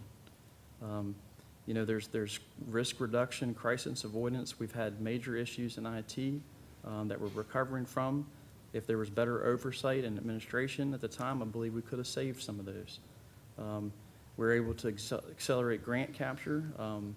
The potential candidate actually was part of that and has captured a grant, you know, that we've been able to use to help us recover from deferred maintenance costs that the board did for years. We have issues with personnel retention. That's going to be helpful for that. There's a cost savings to that because it's costly to train people and to keep them here. There's external consultants avoidance. We've gone the route of having consultants, and there is a time and a place for consultants and contracts, and I fully agree with that. But we can avoid some of those things by having a deputy county administrator. The other thing that emergencies do expose, not only does it expose good people that come to the rescue, but it also exposes your weaknesses. You know, and when we have a county with 56,000 people and growing, and we haven't changed our organizational structure that much in administration, it becomes difficult, and those pressure points are real. And that's why I presented that, and it is a cost effect to that, to the taxpayer. You know, the creating an environment where we have accountability, where we have continuity of service. Taxpayers, when they go to the dump, they expect it to be open. Well, it's difficult to do that if you don't have people to run that. And part of that operational challenge that I have as a single county administrator is that we have some very strong department heads, but they are busy with their departments. There is not a separate person that can go to. So when I'm manning an incident command emergency, there's no one overseeing those other operations. And that's part of another reason for that deputy county administrator position. And Mr. Chairman, I appreciate the opportunity to recapture that. You know, and thank you, Supervisor Lee, for giving me the opportunity. But I still stand by what I presented to the board in September and in October of last year. And Mr. Chairman, if I may, just a few more comments. For all of us here, I think we have to recognize that it's time for our county government to grow. Our population, our county is growing. We stand currently at 56,000 citizens. Very soon, in 2030, that projection goes to 63,000. Before we know it, time goes by quickly. 2040, that projection is at 73,000. It is unrealistic for us to expect that we will not need to add positions to our county government, not just as the deputy county administrator, but in other areas as well. We have to grow our county government to match the population growth of our county in order to provide the best services that we can for our citizens. There's just no way around it. We cannot continue to sit still and think we're just going to keep our small county government just like it is and it's all going to be fine. As a former principal, I can tell you, I had 80 staff members, about 700 students. That equals, I guess, over 1,000 parents. I had one assistant principal. I wish that I would have had 3. It was almost impossible to effectively operate a school with one assistant. How Mr. McLaren does what he does without a deputy county administrator, I think is only a testament to his intelligence, hard work, and great and fantastic people skills and analytical skills. As a board, we need to support Mr. McLaren. He's requested not 1, but 2 positions. We need to support him.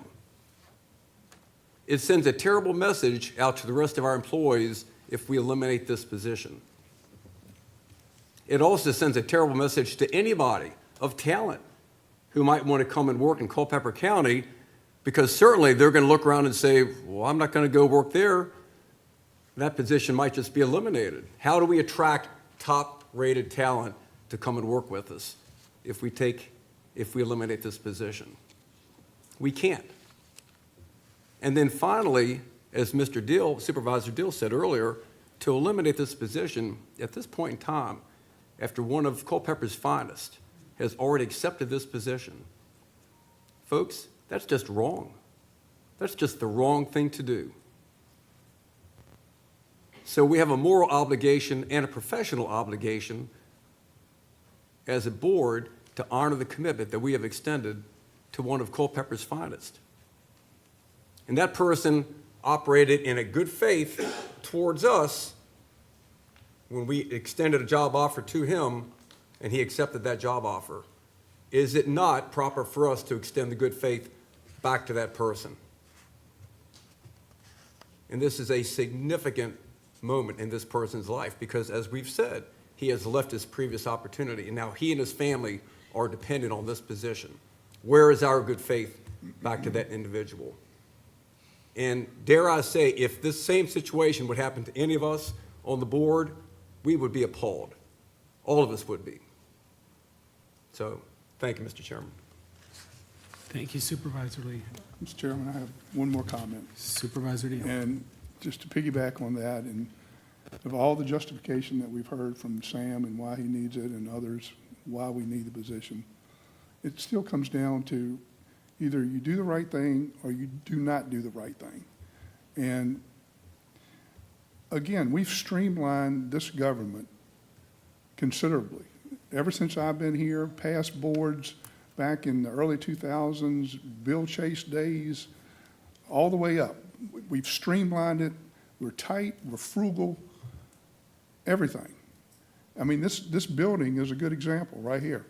I mean, we have a small staff. Madison County and Orange County, they have more space than we do. Look at the cars parked outside. I mean, you almost need valet service to get all the cars parked, you know, and people in here. I mean, we have a very small arena here that we have board meetings, and all the other jurisdictions around us have more space. We do not have a Taj Mahal. We're not like Fairfax or Loudoun or any of them. We're very small, and we have a small government. We have small administrators, the group that we have in this building, and we've done a great job at streamlining and keeping that intact. But I'm okay with a hiring freeze.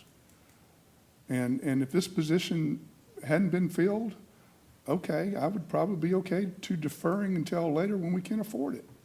But with the gentleman being awarded the position, being on the front page, impacting his life and his family, I just think it's the wrong thing to do. Other comments? Mr. Chairman, Supervisor Bates. can I just, I mean, based off of your comment referencing state code, in October, you quoted in the paper as saying this makes sense, this is needed, and it makes sense after talk. What's changed your mind? I mean, what? It's a valid question, and I'll answer it. So, from one, I am going to support the motion. So I can answer it in saying that I'm going to support the motion. So in terms of what has changed my mind, the primary consideration is my better understanding of what we're facing this budget year. And by this budget year, I mean coming fiscal '27. I truly believe, I don't believe, I know factually we have more than a $10 million operating deficit, and that is significant. Back in October, I didn't know that. I did not, while I still don't know exactly what data center personal property tax will be here, it is less, I strongly believe it is considerably less than was in the forecast that we were provided back in May or June. So I think that we're going to have a very difficult year relative to taxes. realize that we can take operating expenses from the general fund in extraordinary circumstances, but we're in a period of fiscal uncertainty, one. And then two, when I look through and see the environment, and I look at the members of the board and watch the campaigns and talk to them, there were members who campaigned on fiscal responsibility and low taxes. Now, on both sides, for and against, I take that to heart, and I believe that this position, and once again, this is this position, and that is the way that I am looking at it. And I wish that the timing was such that we could have eliminated the position earlier. We can eliminate the position today, we could not earlier. In October, we were in a situation where I understood the need, as I said, and I did not recognize what I know we are going to enter in a fiscal situation in the next 3 to 4 months. All this whole year, I mean, you have talked about, and just before, not to jump around. Sure. We talk about continuity of service, and not to get into the county administrator's personal business, but had a pretty healthy health scare beginning of the year. And, I mean, I think That it would weighed be, in my decision. and that, to me, would be prudent to have a second in command should that happen again with any department. But to have the county administrator with his projections to come in that we're going to be a net over $1 million savings,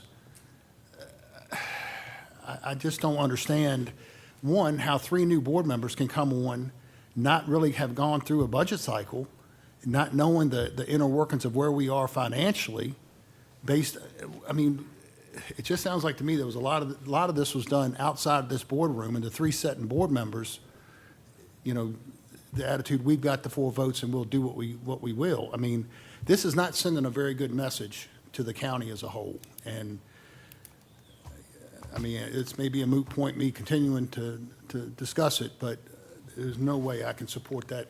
And I hope that one of the new board members would at least see the light, that what we're doing is not being frivolous with county taxpayer money. This county, as Mr. Lee, Supervisor Lee said, the way we're growing, and the comment, in fact, you have made the comment before, how lean our staff is.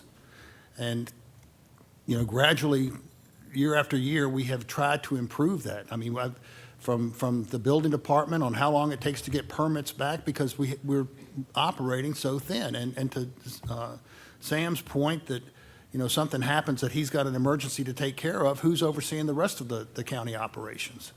So I think it's a good move that we could have someone that could go in here, look at these departments one-on-one, find out where we can automate, use technology that we just approved to streamline things.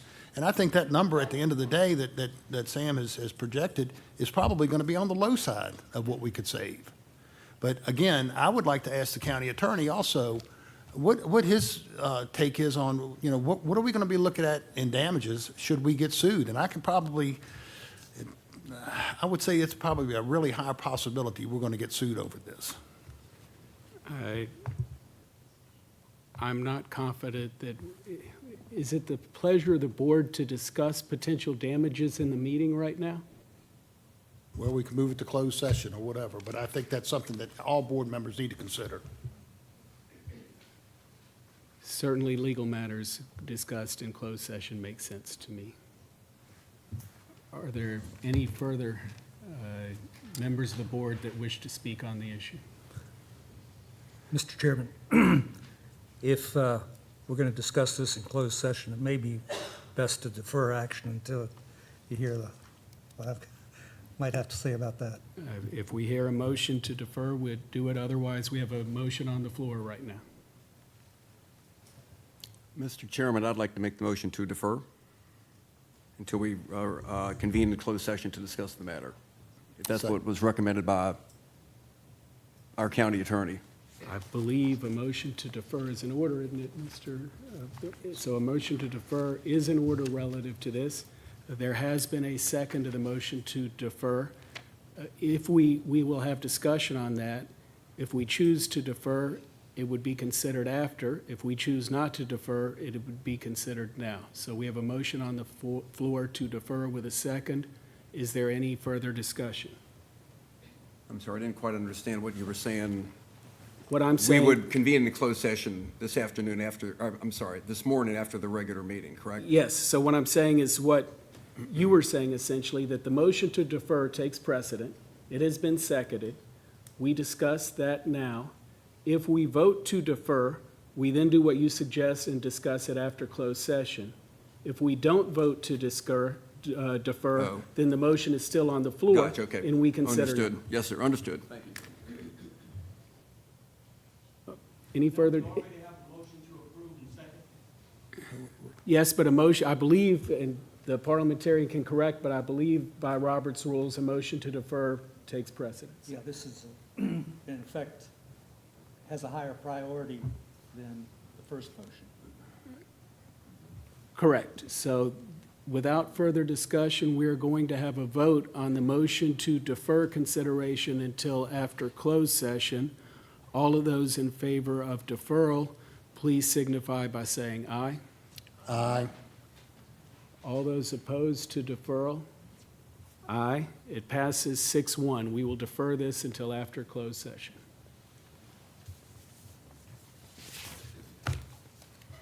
Next up is item 5.04, consideration of a county hiring freeze. And with that, Mr. Chairman, I had presented you with a resolution. If you would please pass that out. you did. And I move that the County Board of Supervisors hereby approve this implementation. If you could read that resolution. Sure.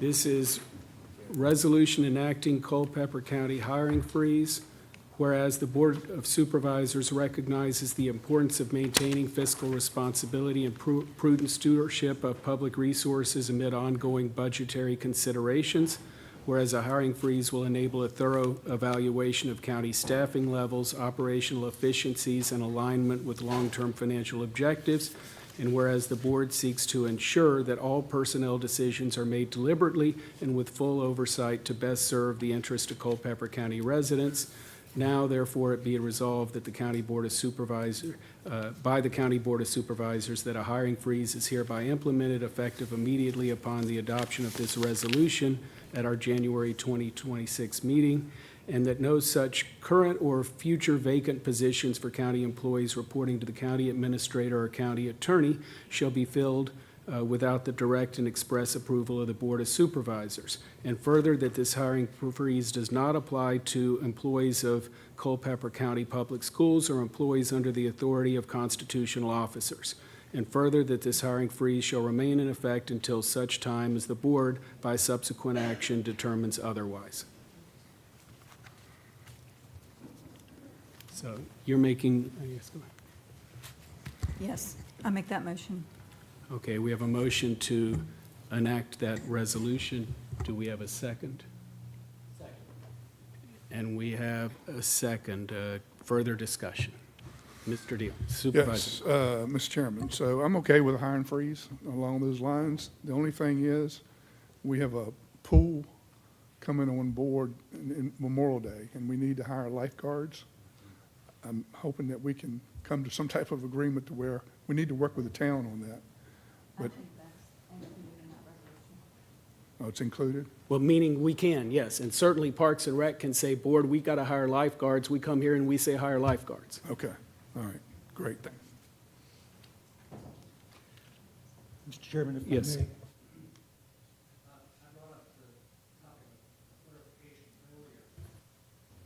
And, for instance, there's an offer outstanding for a new county attorney. And she's supposed to start February the 20th. Would this motion apply to that position? She's already been hired and contacted and position accepted. So, no, that Ms. Supervisor Brown is clarifying, relative to that position, and any other position. If any member of county government has made an offer, and that offer has been accepted, and the position still exists, then that is a hire. I think the i's are dotted, the t's are crossed for what we were just discussing when it comes to the deputy county administrator. But hey, I'm not a lawyer, so. Okay? Any further discussion? Yes, Mr. Chairman, I am against this resolution. As I stated earlier, I believe we need to grow as a county. I do not believe, and we heard this report from Valerie, we are not in such dire financial straits that we need to enact a hiring freeze. I don't think it's necessary. We have a $20 million above and beyond our minimum in the reserve fund. I disagree with this, with the resolution. I think it's premature. We have a long ways to go again until we have our final budget figures. I don't think this needs to be entered at this point and possibly ever, respectfully, to my new colleagues. Any further discussion? So I want to make sure we're clear on here before we vote. So you're saying then, even like for the county attorney, that would have to come before the board in order to hire, for her to come on, for her to be awarded the position? Or can you clarify that, Ms. Brown? Thank you. No, she has been hired, the position is there. We have not eliminated her position, nor have we proposed to eliminate her position. Okay, So, no. This is anything moving forward. okay, thank you. And obviously temporarily. I mean, this is something that, when we campaigned, and we campaigned on transparency, fiscal responsibility, and the biggest thing that everybody kept saying was, yeah, we may have a low tax rate, but they're being taxed out of their home right now. They can't afford what they got. So between assessments and taxes, the bottom line is their pockets can't take anymore. So what we propose, or what I'm proposing here, is that we stop the hiring right now. Let's look at what we got going on in our county. Let's get a workforce plan that, so far, I have not been able to be privy to or presented, because obviously we weren't transitioned in that manner. And look at the jobs, see where we're at, what do we have overlooked, where's the overlap? And be responsible with what we've been spending in that manner. Once we get everybody done, if everything balances, well then, yeah, hire that deputy that we need, hire that whatever we need. But let's look at what the money that we've been spending, where is it, where's it going, who's doing their jobs correctly or not, and move forward from that, and then see where we're needed. Amen. Please, this is just for the board for now. Mr. Chairman, what I'm hearing, it sounds as though we're questioning our county administrator's, his ability. And again, I mean, the PMP, Section 2C1, I mean, we've given him the authority to hire or delegate that authority to department heads. And if there's a new position that's going to be brought forward, it comes before the board, it comes before the Personnel Committee. This is not some rogue, behind-the-scenes situation that has been, we've been accused of, and it's not like we're hiring, we're just putting people in positions just to say we're putting them there. I mean, I think, I have the utmost trust in Mr. McLaren. I mean, he's proved his worth to Culpeper for the past 27 years. And, I just, this whole thing, in my opinion, it smells bad. It doesn't, I believe that all this was orchestrated prior to this board meeting, that it was, and I'd like to know where and when and where. If we're talking about transparency, I'd like to know where and when all this took place, because this does not smell good. Supervisor Bates, I can tell you where this came about and where the transparency came about. It came about by the voters, our constituents. When was the last time you've seen a board sweep during an election? You say it's not broken. You want us to take your word on it, and the constituents are saying it is broken. Yes. Please. That's where we're coming from. I know there's some incredible, passionate comments. And talk about orchestrated. In terms of finance, you had a prime opportunity to bring the lady up to tout how great the finances are for the county, to make you look good, so that this position that we're looking to eliminate is awful. The second that position was made, it was put front page on the newspaper, so we couldn't have a chance to weigh in on it. There's a reason there's 3 new board members on this panel right here. So I appreciate all the passionate resistance to this, but we deserve an opportunity to get our legs under us, to find out what's been going on behind the curtain, and that's what we were elected to do, and that's what we will do. Just a couple quick things. Transparency seems to be the word of the day. Just for complete transparency, I believe 100% what Mr. Supervisor Ferris just said, that this didn't happen in some secret meeting. This happened at the polls, and we're here to do a job, and that's what we're here. That's what we're going to do. As for the request for the freeze isn't permanent.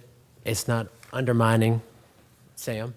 I have the most respect and the most confidence of anybody of Sam. He's an amazing administrator, a great person. But this is a temporary situation. We have budgetary concerns.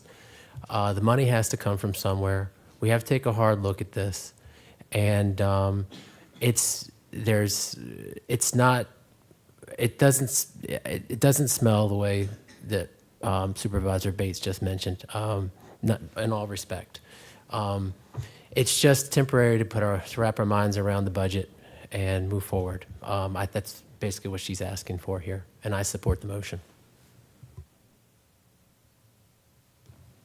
Any further comments?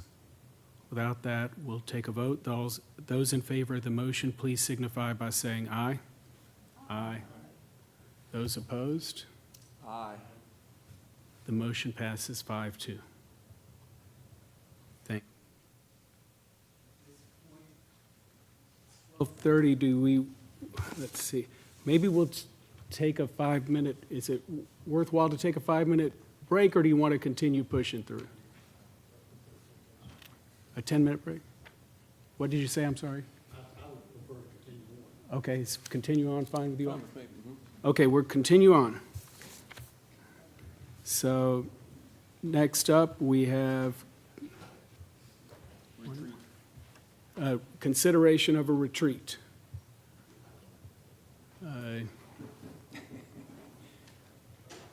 Maybe I made a mistake in continuing on. I think 5 minutes fine, Mr. Chairman. Okay, we'll take 5 minutes. I'll see you all 12:35. We will continue.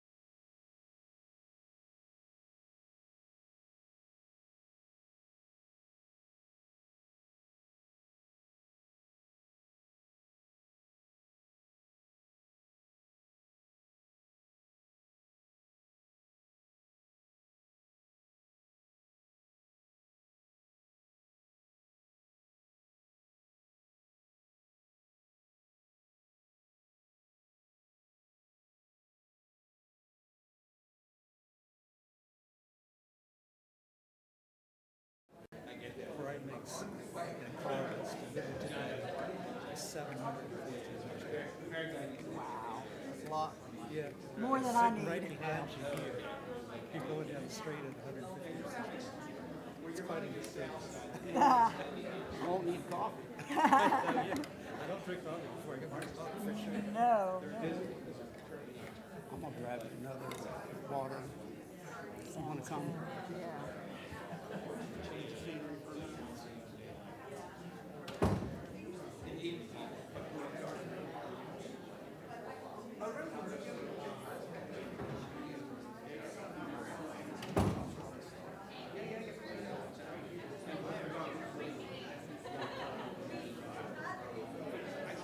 I've got big yards, 1687 or something like that. If you had dogs, dogs are out. And I know the story.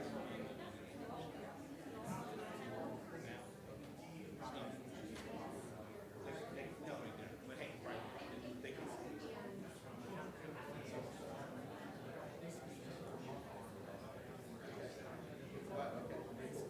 Is that up here or down south?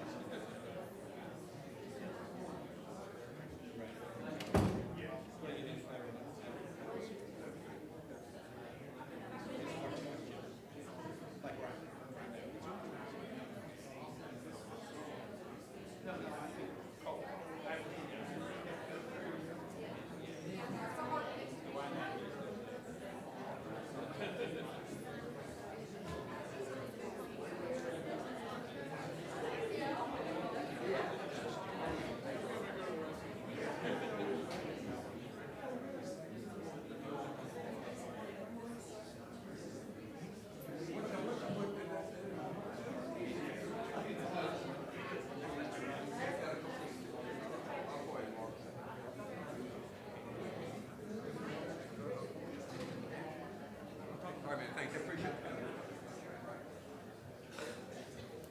Mr. Chairman, you're doing a nice job keeping track of, your first meeting's not an easy one here today, huh? Nice job, man, nice job.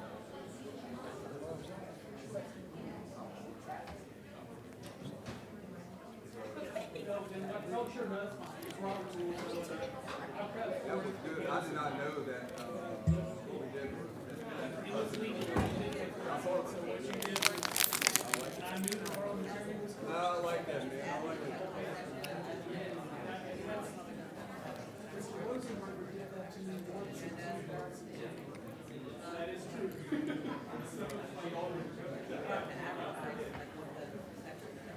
Feels good to stand up.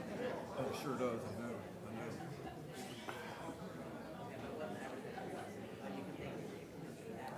Once we get to the closed session of any typical meeting, that's normally me, and I just stand up, I'll stand for the first half hour of that, you know. Well, good, you won't be alone.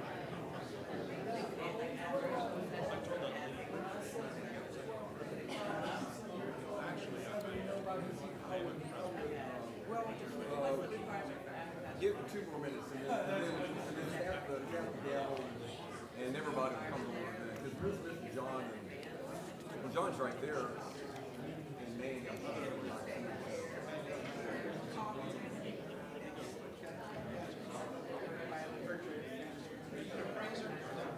I was kind of squirming.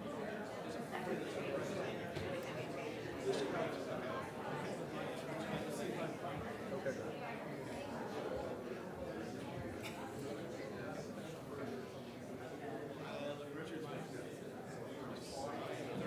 At what point, Tim, does the, We are the exact. the wages count?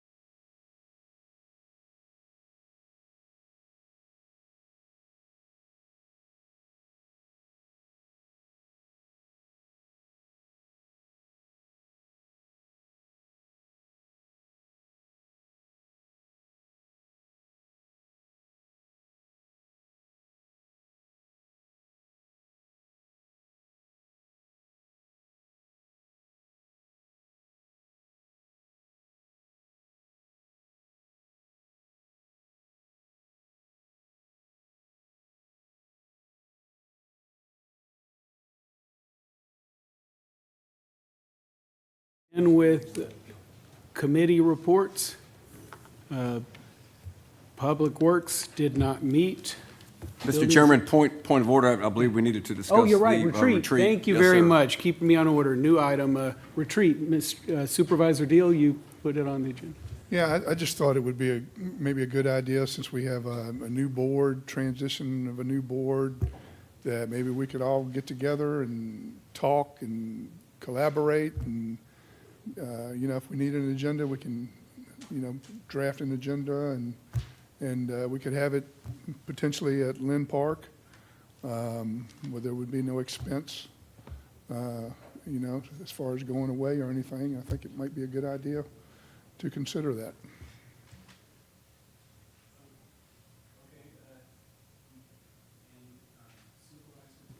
Supervisor Brown agrees with that. Is there discussion of when would be a good time to do this? How about early March, because then we would have our county attorney, so we would have everyone on board, and it may be a little warmer at Lynn Park. That sounds good. Maybe we just have Mr. McLaren and Andrew Hardy. He takes care of the park down there and the building. Maybe they can coordinate Great. and give us some, give us a date. Okay, and then the thought would maybe be that we need the majority of a day, because it sounds like we got quite a bit to talk about. 10 to 2 or something. Okay, sounds like it's consensus that we do a retreat in early March, multiple hours at Lynn Park. And Mr. Hardy and Mr. McLaren will hopefully get back to us and help us coordinate that. Okay, great, thank you. Now, 6.0 committee reports. Public Works did not meet. Buildings and Grounds? Did not meet, Supervisor? no, sir. Rules.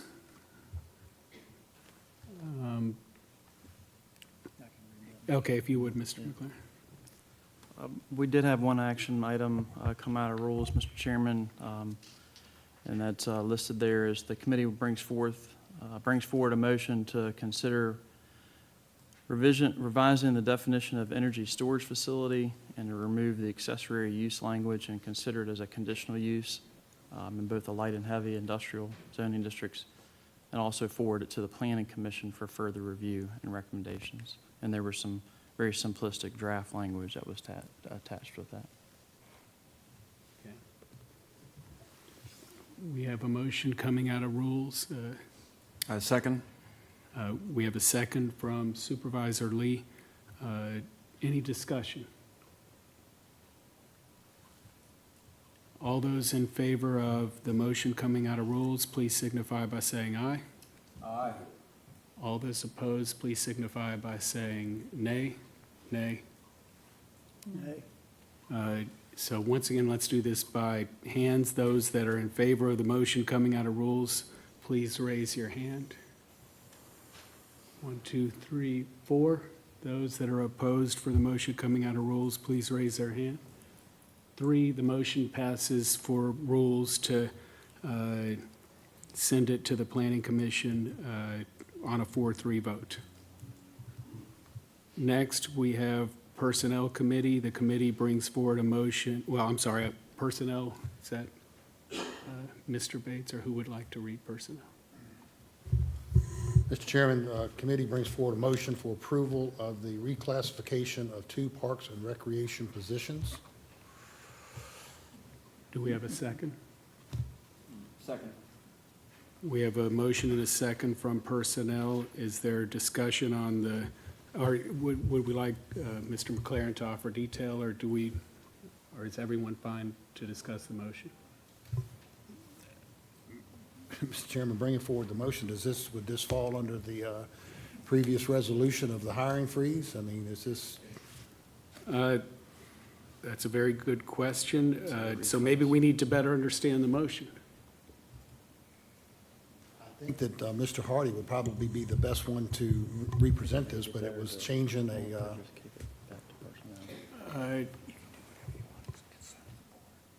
Okay, it's a consent of the board.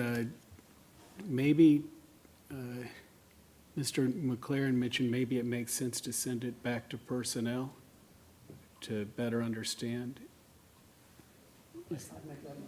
Well, rather than a motion, if the board could just, can we have, well, we do have a motion on the floor, so I want to follow. Mr. Chairman, I'll rescind the motion Okay. and refer to the, make the recommendation that we send it back to personnel, but Okay. for reconsideration. Okay, so, Mr. Chairman, just to clarify, is this action to send it back to personnel is for the benefit of our new supervisors to better understand what's happening? Okay, thank you very much. I support that.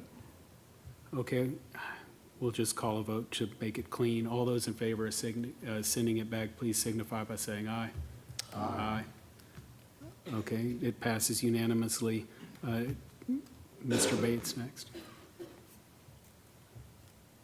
Supervisor Bates, is there another motion? Sorry. Committee brings forward for approval for minor amendments to the Personnel Management Plan. And if I could, Sam, can you Maybe, do we send that back to you? Yep. make a motion to send that back to personnel too? Okay. Tom, the last motion didn't have a second either, just, Oh, it didn't? Uh-oh. not that I heard. Okay, well, Ms. Supervisor Lee had seconded the first. did. Supervisor Bates amended his motion, so I'm assuming Supervisor Lee. Either way, we're, We didn't have one. okay, and so for this one, are you also seconding this one? Yes, sir, I will. Okay, so second from Supervisor Lee on this one. Okay, good. So all those in favor of sending this back to Personnel Committee, please signify by saying aye. Aye. The motion is sent back. Next up, the Economic Development Director's Report. Good afternoon, Mr. Chairman, members of the board. Happy New Year. I know we're getting close on the deadline of how long you can say Happy New Year to someone, but I haven't seen many of you yet this year, so Happy New Year. Wanted to talk to you about work in Culpeper. My department works in 4 key areas. We do our business attraction and retention, we do our small business development, we do our ag development, and then finally we do our workforce development, which is what we call work in Culpeper. This falls under our previous strategic plan that was set to expire in the end of 2025, which was goal 1.3, to strengthen the workforce pipeline to prepare residents for the 21st century jobs. I do look forward to bringing and meeting with all of you to kind of go over where we're looking for the next strategic plan that we looked at going a little bit longer. This last one, we only did a 3-year one. This one, trying to go 5 years. One reason why we did 3 years was we had a lot going on, especially in the data center development. I knew our economy would be changing and shifting.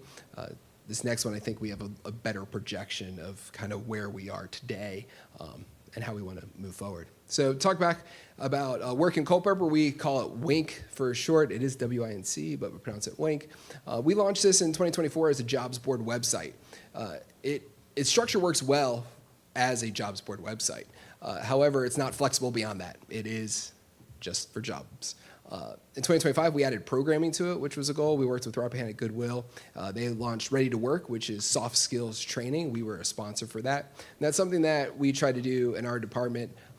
We lend our resources, our connections to help with the program, but let people that know how to teach this, teach it. Like, they're the best at it. I'm not going to become an expert in all of the things that we know need support. We're going to find people that can do that well and then get them to do that. So our plans for 2026 is still want to focus on how we prepare our workforce for 21st century jobs. I think an important thing for Culpeper is we want to be an economy of choice. Some place where people want to launch businesses, some place people want to bring their businesses, places where people want to expand their businesses. And making sure our workforce is ready for that, I think, is an important part. So I want to continue that soft skill training with the Ready to Work. We're looking at adding manager training. So if you have managers that we can train multiple managers across multiple companies through Germanna Community College. We also want to fully develop a website for work in Culpeper. And then that will be kind of a portal. So when people say, how can I support my workforce or how can I get better workforce, they go to work in Culpeper. And then we move that jobs board to a sub-site as part of it. The timing for this, I feel, is very critical, that this is something that we work on in 2026 because of the data center construction. every data center construction site will have over 400 workers, which will be our largest private employers, each site.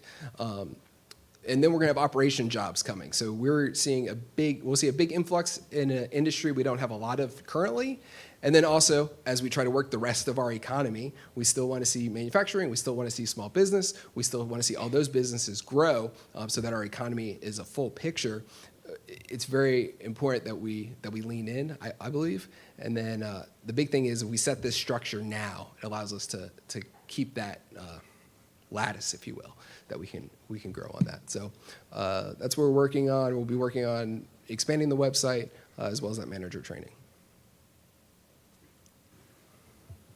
Questions? Mr. Chairman? Yes. Brian, thank you for that report. I would like to encourage you to be mindful of our Spanish-speaking population of the county, whether that be bilingual, I don't know, programs or information going out. We talked about this last year. I know that you did the Business 101 program in Spanish, things of that nature, maybe even offering classes in English, so that our folks that want to learn English can learn English, and that will make them better at their jobs and better with their kids in school and things like that. I think that's very, very important, because a large portion of our population speak Spanish, and I think we need to make sure that we're working with them. And that's an example of why I say we try to find partners that do that. So whether with the Literacy Council, we've connected them with employers who have been looking to do that, as well as Rappahannock Goodwill does a lot of things. Yeah, thank you. I would just continue. I think that's extremely absolutely important for us. Yeah, thank you. Thank you. Administrators report. Thank you, Mr. Chairman. Nothing really there, other than just wanted to remind you now, as Mr. Chairman there, that we need to set up committees in the very near future. Historically, those are done that second Tuesday of every month, so we'll keep that structure. But that could be as early as next week or February if you wanted to defer on any committee meetings. But we do have some items, as you saw from previous consideration, that have been kicked or referred back for consideration. So what we'll do along those lines is I will publish the committee reports at the conclusion of this meeting, and the chairs of the committees will determine a meeting for next week. I've heard Buildings and Grounds already seems to have something on it, so we know Mr. Lee will be meeting. For the rest, we'll see. Great. Thank you. Closed session. Mr. Vice Chair. Yes, Mr. Chairman, I make a motion that we go into closed session to discuss 4 different issues. First, I guess, being the deferral of new business 5.02 that we discussed earlier.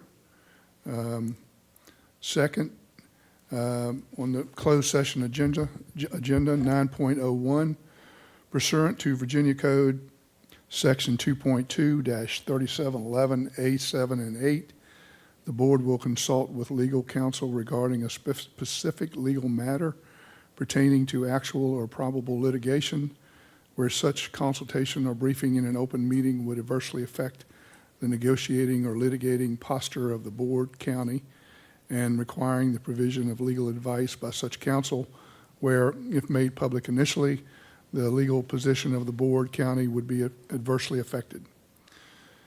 9.02, pursuant to Virginia Code 2.2-3711A6 and 29, the board will discuss and consider the award of a public contract involving the expenditure of public funds, including interviews of bidders or offerers, and discussion of the terms or scope of such contract, where discussion in an open session would adversely affect the bargaining position or negotiating strategy of the board, county. And finally, 9.03, pursuant to Virginia Code Section 2.2-3711A1 and 4, the board will discuss, consider, or interview prospective candidates for employment, assignment, appointment, promotion, performance, demotion, salaries, disciplining, or resignation of specific public officers, appointees, or employees of any public body. Yes, Mr. Bennett. If I may, on the first point, the 5.02, it wouldn't be just a general discussion of eliminating the position, because that has to be an open session matter, but it's to consult with legal counsel to receive legal advice on that question. Yes, I'm in my motion to state that we're seeking legal counsel for 5.02. Okay, we have a motion. Is there a second? Second. We have a second. All those in favor of entering closed session, please signify by saying aye. Aye. We're now in closed session. Thank you.